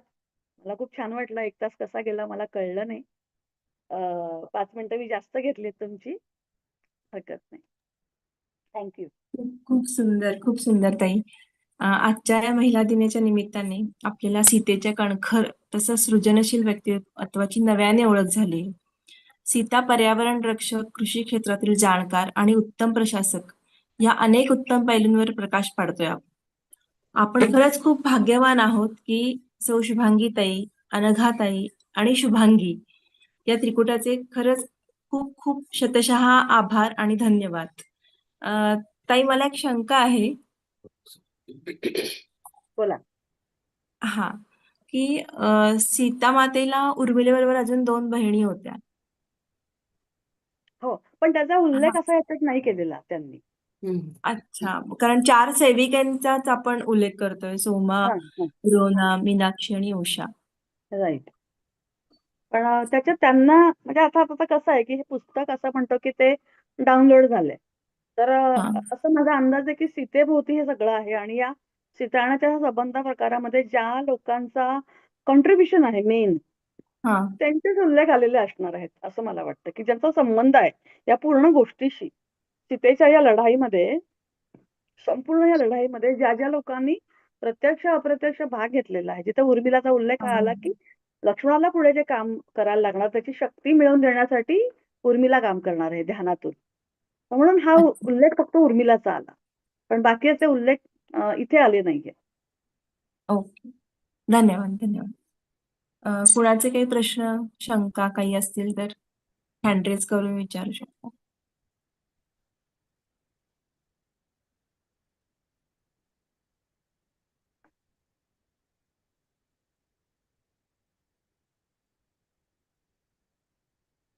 कोणाचे हँड रेज काही दिसत नाहीये.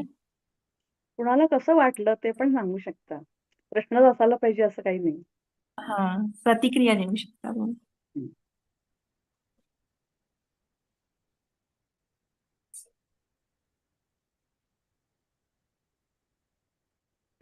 एक्सप्रेस होणं पण खूप महत्वाचं आहे. आपला जो विशुद्ध चक्र जे आहे, याच्यामध्ये आपण बोलणं गरजेचं असतं. तिथे आपलं मग ब्लॉक होऊन जातं आपलं चक्र. म्हणजे मला चांगलं म्हणा, असं मला नाही म्हणायचंय. पण जे काही तुम्हाला वाटलं, जे काही भावलं, जे काही पटलं नाही, काही असू शकतं.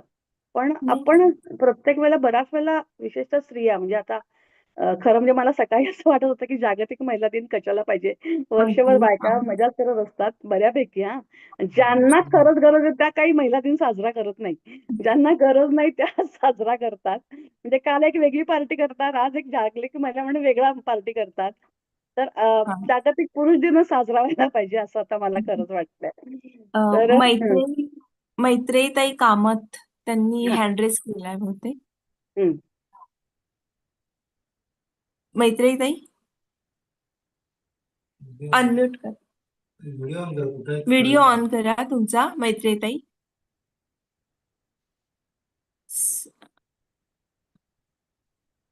परत दिसत नाहीये त्या. स्वातीताई बोलणार. स्वातीताईंनी एक केलाय.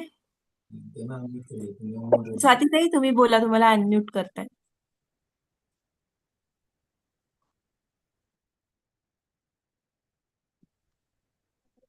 हा. हॅलो. हां, बोला. हा, नमस्ते. माझा आवाज ऐकू येते का तुम्हाला? हो, हो. एकतर ना तुमची भाषा शैली आणि ते सगळं वर्णन ऐकून ना इतकं म्हणजे भावूक मन होतं ना, की शब्दच राहत नाहीत बोलायला एक थोडा वेळ.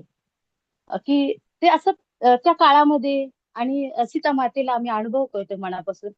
ही भावना निर्माण होते मनामध्ये. आणि जसं तुम्ही सांगितलं मगाशी वाचताना, की उर्मिला राणींना 14 वर्ष त्यांनी असं मी म्हणजे वाचण्यात माझ्या असं आलंय, की ते 14 वर्ष लक्ष्मणांनी श्रीरामांची सेवा केली. त्यांनी ते कधी झोपले नाहीत. हो. म्हणून त्यांची झोप उर्मिला राणींना दिली, असं मी वाचलं. पण आज पहिल्यांदा मला असं कळलं, की ते ध्यान करत होते 14 वर्ष त्यांच्या रक्षणासाठी. मग त्याचं मला थोडं आश्चर्य वाटलं ऐकून. हो. कारण आपल्या पीएमसी मध्ये सुद्धा गुडाकेशा म्हणून एक हे आहे, कन्सेप्ट आहे. गुडाकेशा म्हणजे अर्जुन सुद्धा म्हणजे जो झोपलेला नाहीये. हो. तर असे न झोपणारे लोक सुद्धा आहेत, आज पण आहेत असे लोक. हो. पण ती संकल्पना आपल्याला माहिती नाहीये. तर लक्ष्मण असं म्हणतात की 14 वर्ष ते झोपले नाहीत. आणि मग ती जी ऊर्जा पोहोचवणं, कारण की बघा आपण ध्यान करतो किंवा जे कोणी करतात, आपण एक ऊर्जा निर्माण करतो त्याच्यातून. असं म्हणतात की तुम्ही जेव्हा बरोबर. 20 मिनिटं ध्यान करता, तेव्हा तुम्ही 60 मिनिटाची झोप घेता. म्हणजे 60 हो. मिनिटाच्या झोपेचं जेवढं विश्रांती मिळते, ती विश्रांती आपल्याला 20 मिनिटाच्या ध्यानाने मिळते. तर म्हणून ते जे आता हे आपल्याला म्हणतो की त्यांना आपण जुने लोक म्हणतो, प्राचीन काळ म्हणतो. पण हे खरं ॲडव्हान्स टेक्नॉलॉजी आहे. जे ध्यानातूनच ओके. आपल्याला आपण साधू शकतो. जसं एक उल्लेख आला की सीता त्या सोमाशी बोलायची, की सोमा बोलायची म्हणण्यापेक्षा सीता सगळ्यांशीच बोलायची. पण सोमाला ते कळायचं. तिच्याकडे रिसिव्हिंग होतं ते. बरोबर आहे? तर ते जे ओपन त्यांनी केलं असेल ध्यानांनीच्या कुठल्या साधनेने तिच्या आधीच्या जन्मातल्या पण असू शकतात. ते तिला कळायचं. सीताची जाणीव तिला व्हायची अशा पण गोष्टी त्या काळात होत्या झालेल्या. आता रामायण ज्या पद्धतीने लिहिलं गेलं ते गोष्टी स्वरूप लिहिलं गेलं. पण आध्यात्मिक इंटरप्रिटेशन मी कोणी लिहिलेलं नाहीये दिसत आपल्याला. ते हे आपल्याला देना मरियमच्या थ्रू आपल्याला दिसतं, की त्यांनी जे पाहिलं आणि आध्यात्मिक बरेच बरोबर. संदर्भ त्याच्यामध्ये आहे. बाकीची गोष्ट तर आपल्याला माहितीच आहे रामायणाची. पण माहित आहे. त्याच्यामागे ॲक्चुअली बरोबर. आतून काय घडलं? आतून आध्यात्मिक पातळीवरती त्यांनी कसा लढा दिला, ह्याची मागची मूळ कारणं काय हे आपल्याला इथून कळतं. तर हे खरं आहे की असं म्हणत होतं ना की उर्मिला, असं जनरली म्हटलं जातं की उर्मिला 14 वर्ष झोपली कारण की लक्ष्मण हो. झोपले नाही. हे खूप बरोबर. वरवरचं वाक्य आहे. पण झोपले म्हणजे आता बरोबर. ध्यान करणारी व्यक्ती झोपतीये, सर्वसामान्य माणसावरती झोपलीच आहे, हो ना. बरोबर बरोबर पण ती त्याचा झोपलेली अर्थ नसणार, ती ध्यानात असणार आहे. बरोबर पण बरोबर त्याचं जनरल वाक्य केलं गेलं की तिथे लक्ष्मण झोपला नाही म्हणून ही झोपली म्हणून तो झोपला नाहीये. त्याची झोप हिने घेतली आणि त्याला काम करू दिलं. एकच घटना आहे पण त्याचं इंटरप्रिटेशन वेगवेगळं आहे.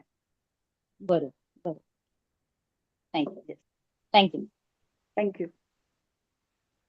अश्विनी, पद्मजाताईंचा एक प्रश्न. मैत्रीताईंनी लिहिलंय अनम्यूट होत नाहीये असा मेसेज आहे त्यांचा. नाही आता झाले मी अनम्यूट हा. आता झाले. हा. ओके, मग मैत्रीताई बोलू? तुम्ही विचारा. हा. हो, एकच मिनिटं घेणार आहे मी. शुभांगीताई, थँक्यू सो मच. खूप थँक्यू. खूप खूप सुंदर वाटतं ही कथा ऐकून. तुम्ही खरं म्हणालात ऍट द एंड की तुम्ही 5 मिनिटं एक्स्ट्रा घेतली, पण तो 1 तास कधी झाला हेच कळलेलं नाहीये आम्हाला.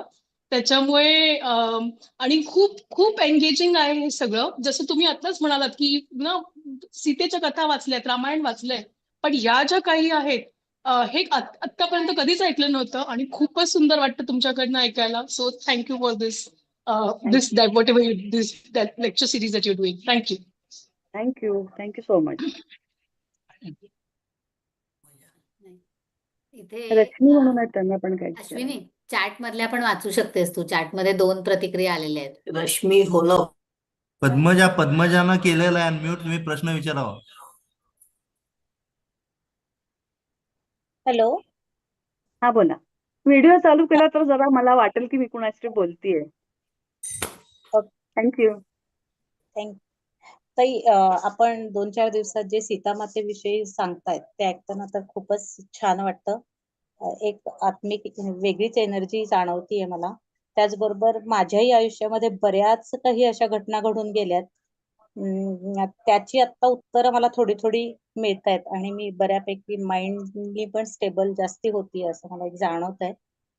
मला एक विचारायचं होतं फक्त की आपण जनरली म्हणतो जे 4 युग आहेत, सत्ययुग, त्रेतायुग, द्वापार युग वगैरे, त्यांची मी भागवत वाचलं त्यावेळेस त्यांच्यामध्ये काही कालखंड स्टेबल दिलेला होता. पण मग आपण असं म्हणतो की कलियुगामध्ये माणसाची वृत्ती बदलते किंवा विचार बदलतात. तर मग हे युगाचा फरक आहे का या वृत्तींमुळं हे युग होतात? असं आपण म्हणजे कसं धरायचं ते एक मला विचारायचं होतं तुम्हाला. युगाचा फरक आहे. युगाचा फरक आहे. म्हणजे युगामुळे लोकांच्या मनामध्ये बदल होतो. हो. म्हणजे वृत्तीमध्ये. हो.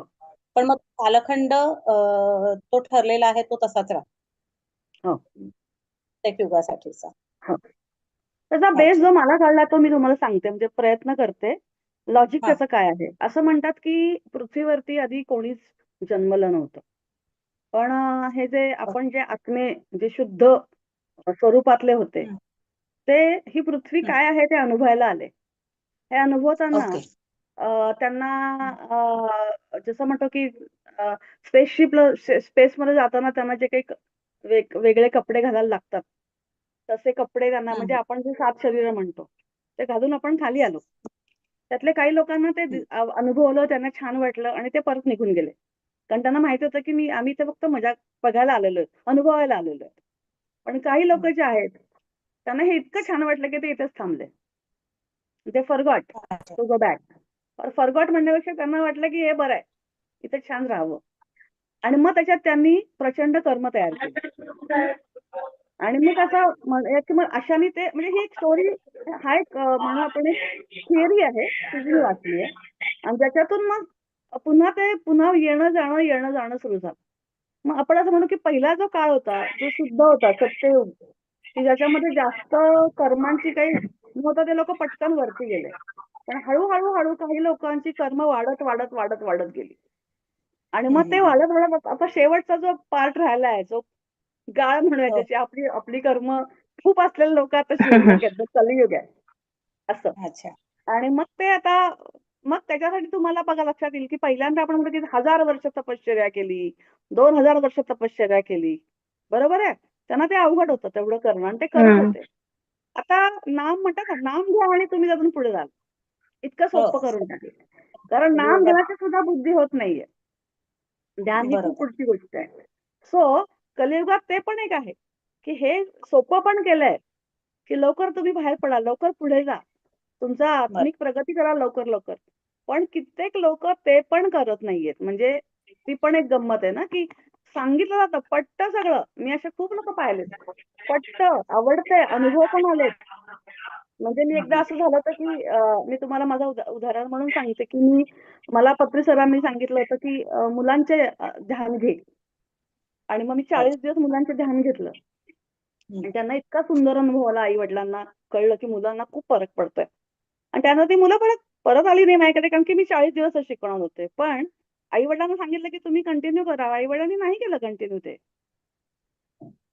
आता आई वडील ते आहेत, त्यांची मुलं आहेत, तेवढी तर जबाबदारी आई वडिलांनी आपल्या आपल्या मुलांची घ्यायला पाहिजे ना. त्यांच्यातले बदल त्यांनी पाहिले, त्यांचं कॉन्सन्ट्रेशन वाढलं, त्यांचे विषय सोपे झाले, त्यांना परीक्षेत चांगले मार्क मिळायला लागले. तरी सुद्धा तुमच्यामध्ये फरकच नाही. कित्येक लोकांना मी ध्यान शिकवते, लोक नाही ऐकत. त्यांना सगळे आणि ते खूप सुंदर अनुभव पण सांगतात. अहो मी ध्यान केल्याने मला हे झालं ते झालं. पण नंतर पुन्हा ते बॅक टू पॅव्हिलियन आणि मग मला खूप चिडचिड व्हायची. आणि मग मी एक दिवस बाबाजींना म्हणाले की मला नाही करायचं आहे असलं काम, हा फालतूपणा आहे. एवढे मी मन लावून करते आणि एवढे सगळे वेळ घालवते आणि एवढे सगळे कष्ट आणि एवढी माझी इन्व्हॉल्वमेंट असते आणि नंतर यांना काही त्याची किंमतच वाटत नाही.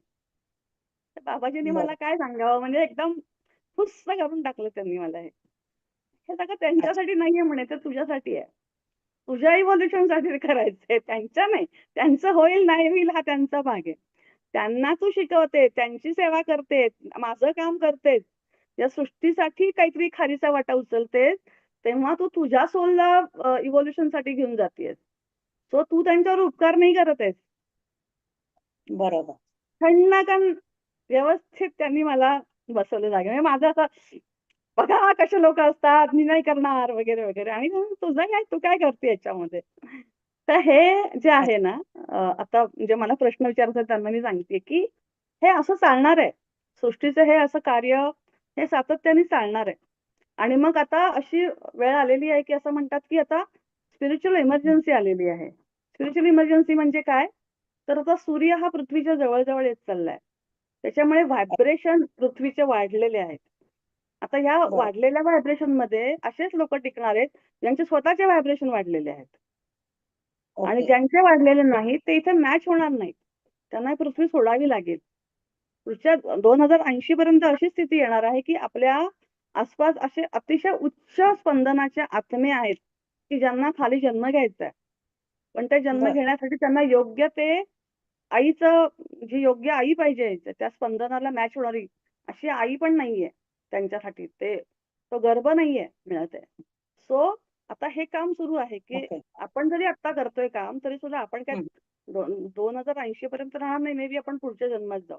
पण ही अशी स्थिती ह्या युगाची आता सुरू आहे आणि जे लोक आता ह्या स्पंदनाबरोबर स्वतःला मॅच करणार नाही त्यांना आता पुढच्या युगात पण परत येता येणार आहे की नाही ह्याची डाऊट आहे. आणि म्हणून हे स्पिरिच्युअल इमर्जन्सी आहे. म्हणून हे सगळं बाबाजींचं काम जे फास्ट चाललेलं आहे, वेगाने चाललेलं आहे, त्याचं कारण हे आहे. आणि आपण सगळे त्याचे भाग आहोत की जे आपण कुठल्या ना कुठल्या प्रकारे हे काम कळत नकळत करतोय. आपल्याला पूर्ण सगळ्यांना माहिती असं नाहीये. अजून मलाही नाही माहिती आहे. पण ती बुद्धी होते, आपल्याला ते करावंसं वाटतं. जसं अनघा ताईंनी पुढाकार घेतला, शुभांगी ताई काम तुम्ही सगळेच करताय. म्हणजे असं काय एक व्यक्तीचं नाही. मला फक्त 2 नावं माहिती आहेत म्हणून माहितीये. पण तुम्ही त्याच्यामध्ये आहात हे पण मोठं कॉन्ट्रिब्युशन आहे. मला सांगा, मी बोलायला तयार, या दोघी मॅनेज करायला सगळं तयार आहे. समोर बसायलाच कोणी तयार नसेल तर काय हा कार्यक्रम होणार आहे का? तर सगळ्यांचंच ह्याच्यामध्ये मोठं कॉन्ट्रिब्युशन आहे.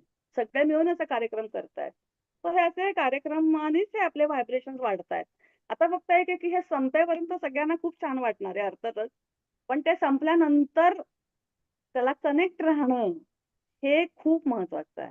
आणि तिथेच परीक्षा आहे आपली, की ते आठवणं, ते लक्षात ठेवणं, पुन्हा पुन्हा ते पुस्तक, तेच पुस्तक नाही असे खूप आहेत, ते वाचून त्याच्याबरोबर ह्या हायर एनर्जीजला कनेक्ट ठेवणं, त्या व्हायब्रेशन्सला कनेक्ट राहणं, आपले व्हायब्रेशन्स वाढवणं, आपली साधना वाढवणं.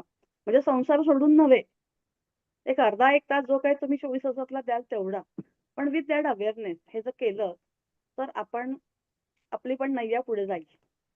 बरोबर. त्यांनी प्रश्न विचारला त्यांच्यासाठी हे उत्तर बरोबर आहे की नाही मला माहित नाही. पण आय होप त्यांना उत्तर मिळालंय. खूप छान.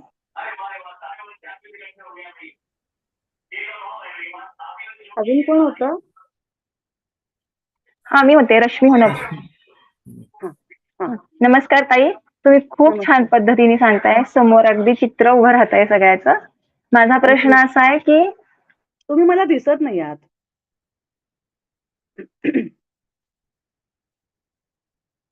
प्रभू रामचंद्रांचा आता दिसतेय दिसते का? नाही दिसत आहे. व्हिडिओ ऑन आहे तिचा. व्हिडिओ ऑन आहे माझा. बरं हा. ठीक आहे बोला. माझा प्रश्न असा आहे की प्रभू रामचंद्रांचा मातेपोटी जन्म झाला, पण सीता मातेचा तसं नाही झालं, प्रकट झाल्या त्या, प्रकटच म्हणूयात ना आपण. हो हो तर हो. असं का झालं असेल? काही कारण असेल त्याच्या मागे? काही असं नाही सांगू शकत काहीच. त्याचा परिणाम म्हणजे नाही सांगता येत मला ते काहीच. पण त्याचा असं मी काही कुठे उल्लेख केलेला अच्छा, ऐकलेला पाहिला नाहीये. कारण वाचनात पण आलेलं नाही तसं काही. हा फक्त ती वसुंधरेसाठी आली होती, पृथ्वीसाठी आली होते आणि पृथ्वीवरती म्हणजे पूर्ण म्हणजे पृथ्वी ही फक्त आपण म्हणतो फक्त माणसांसाठी आहे असं असं आपण वावरतो राहतो. पण पृथ्वी ही सगळ्यांची आहे. प्राणी, पक्षी, माती, वनस्पती ह्या सगळ्यांची आहे. म्हणजे तिथूनच ती आली म्हणून ती त्याचं हे सांगती असंच आहे. पण मी शोधून काढेल पण विचारेन मी कुणाला तरी किंवा बघेन. बाबाजींना विचारेन. हा ताई, मी तुम्हाला कविता पाठवली होती ना, चालेल. ती हिनीच केलेली होती बरं का. अच्छा मला तरी सुद्धा त्या दिसत नाहीयेत. हा. रश्मी का? दिसत नाहीये मी. रश्मी होनप. रश्मी होनप. थँक्यू. खूप सुंदर कविता आणि मला खूप छान वाटलं की अरे वा बाबाजी मला काय काय छान छान भेट देत हो, आहेत आणि किती प्रेम करतायत. तर नमस्कार. तुमच्या रूपाने मला खूप माझं सुंदर त्यात भेट काहीच मला नाहीये. मिळाली. नाही नाही खूप ती सुंदर. गुरुकृपाच म्हणावी लागेल. गुरु तेच लिहून घेतात. आपण मग तुमच्या माध्यमातून गुरु माझ्यावर प्रेमच करतात हे पुन्हा त्यांनी दाखवलं ना. हो हो हो हो, खरंच आहे. मग त्याला मटेरियलिस्टिक एनर्जी आपण म्हणतो पण ती मॅटर मध्ये पण दिसायला पाहिजे ना. तर ती मॅटर मध्ये हो, बरोबर ते आहे. दिसली ती मला. सो तुम्ही त्यासाठी चूज केलं त्यांनी तुम्हाला आणि तुम्ही ते ट्रान्सफर केलं ते नॉलेज. ते प्रेमाची खरंय ऊर्जा खरंय. तुम्ही ट्रान्सफर केली माझ्याकडे. खूप खूप थँक्यू. हो, धन्यवाद ताई. धन्यवाद. जयश्री ताई, तुम्हाला काही विचारायचं का? जयश्री ताई जयश्री तेली, तेली. मेसेज टाकला होता तुम्ही हो चॅटमध्ये.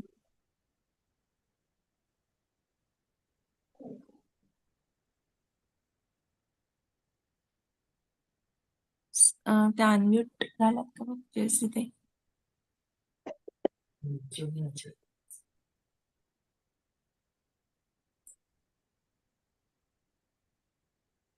दिसत नाही.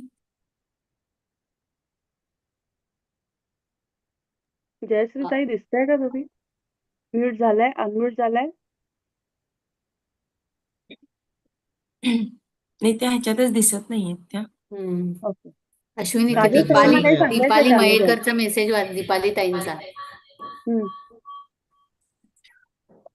राजेश सरांना काही मेसेज आपला अनुभव शेअर करायची इच्छा आहे का?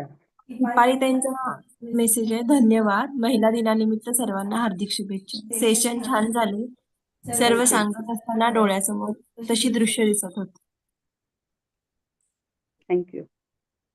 हे सगळं त्या पुस्तकात जे काही दिलंय ना त्याचं सगळं क्रेडिट आहे. खूप सुंदर ते गुंतवून ठेवतं आपल्याला ते पुस्तक. अश्विनी, प्रतिभा देशपांडे. प्रतिभा देशपांडेंचा पण मेसेज आहे. खूप सुंदर वाटतं आजच्या दिनी एका सामर्थ्यवान स्त्रीचे विविध अपरिचित असे पैलू उघडण्याचे काम एक स्त्री समर्थपणे करत आहे.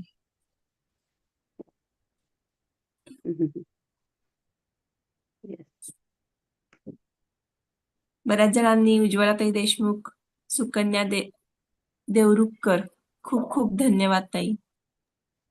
धन्यवाद. तुम्ही सगळ्या ऐकायला आहात म्हणून मी बोलू शकते. त्याच्यामुळे तुमचे पण तेवढेच धन्यवाद आहेत.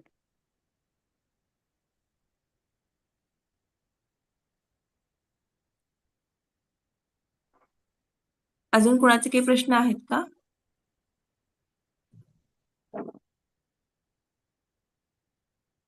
अजून कोणाला काही बोलायचं आहे? प्रश्न नाही. मी आणि शुभांगी जाऊन तिथंच अडकायचं की फिरून फिरून ते जायचं आणि महाअवतारजी बाबांपाशी जाऊन अडकायचं. म्हणजे तरी कोण येते महाअवतारजी बाबा, कोण येते ह्या प्रत्येक कुठल्याही तुम्ही मोठ्या स्पिरिच्युअल गुरूंचं ऐकायला गेलं की ते तिथंच जाऊन थांबायचं. आणि मला त्या प्रश्नाचं उत्तर कधीच सापडायचं नाही. पण आयुष्य एक खूप सुंदर असतं. मी आणि शुभांगी चेन्नईला एका रिट्रीटला गेलो आणि त्या रिट्रीटला माझ्या घरापासून डोंजे 10 किलोमीटरवर आहे. तिथल्या आश्रमातल्या महाराजांनी एक पुस्तक लिहिलं आणि ते पुस्तक पूर्णपणे महाअवतारजी बाबांवर आहे. आणि तिथं मला ते 150 पानांचं जवळजवळ खूप मोठं पुस्तक आहे. तिथं महाअवतारजी बाबा कोण आहे ते मला तिथं कळलं. जी गोष्ट माझ्या घरापासून 11 किलोमीटर आहे त्याचं मला कळण्यासाठी मला चेन्नईच्या जवळ जावं लागलं. हे सगळी काय लिहिलंय मला कधी कळत नाही, पण ती माहित नाही, ती मे बी वेळ यायची असते, हे यायचं असतं. आणि मग मला ते तिथून मग ते होत होत गेलं की अरे महाअवतारजी बाबा कोण कोण आहेत. आणि अचानक मग तुम्ही भेटलात आणि ते सगळ्या प्रश्नांची उत्तरं टिपके टिपके सगळे डॉट्स जोडले गेले आणि पुढे एक काहीतरी आता मे बी मार्ग तुमच्या दिसतोय. आतून तो ते जे विचारणं आहे ते खूप तीव्र आणि जेन्युइन असणार आहे. आणि म्हणून ते गुरूंकडून तुमच्यापर्यंत ते उत्तर आलं असणार. कारण माझ्यासाठी सुद्धा हा पहिल्यांदा आयुष्यातला अनुभव आहे की असा कुणाच्याही प्रश्नाचं उत्तर माझ्याकडे आलेलं आहे. क्या बात. धन्यवाद. So, तुम्हाला पण थँक्यू. तुमच्यामुळे आम्हा सगळ्यांना नाही, असू दे असू दे, पण आम्हाला खूप साऱ्या गोष्टी उमगायला लागल्या.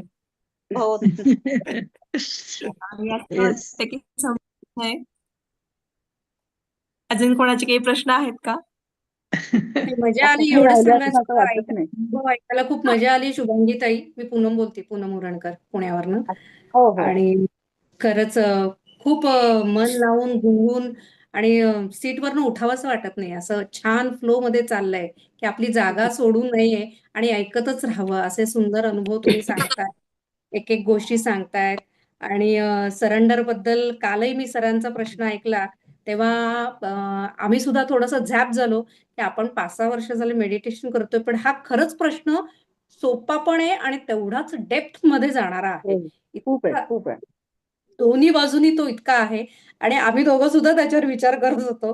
जो आम्हाला अर्थ माहिती आहे किंवा आतापर्यंत आपण समजत होतो, तो खरा आहे का?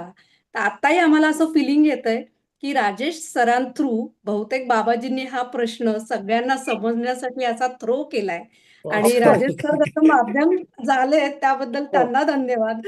हो. आणि त्याचे God अर्थ knows. असे उलगडणं महत्वाचं आहे खूप या प्रवासामध्ये. खरंच.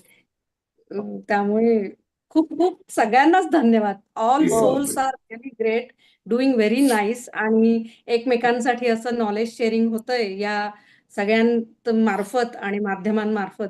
सो बाबाजींना सुद्धा खूप खूप खूप धन्यवाद, कृतज्ञता त्यांच्याप्रती. आणि मजा येते हे सगळं अनुभवायला, ऐकायला. खरंच थँक्यू सगळ्यांनाच.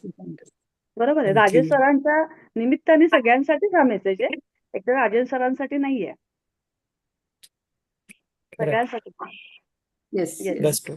पण गुरुवारी Thank you. Surrender Okay. जे चॅप्टर बाबाजींनी लिहून दिलाय तो मी गुरुवारी आपलं झालं ना की मग एक 5 मिनिटात तो सगळ्यांना वाचून दाखवेन. येस, चालेल, नक्की. नक्कीच चालेल. नक्की थँक्यू थँक्यू ताई, Thank you. Thank you. Thank you Thank thank you thank you so much. मस्त. सगळ्यांना खूप खूप Okay. धन्यवाद. धन्यवाद. Yes, या thank भेटू. you very much. शुभरात्री. Thank you Thank you. Thank you bye bye. Thank you. धन्यवाद धन्यवाद. Bye bye. Thank you. Bye. Thank you.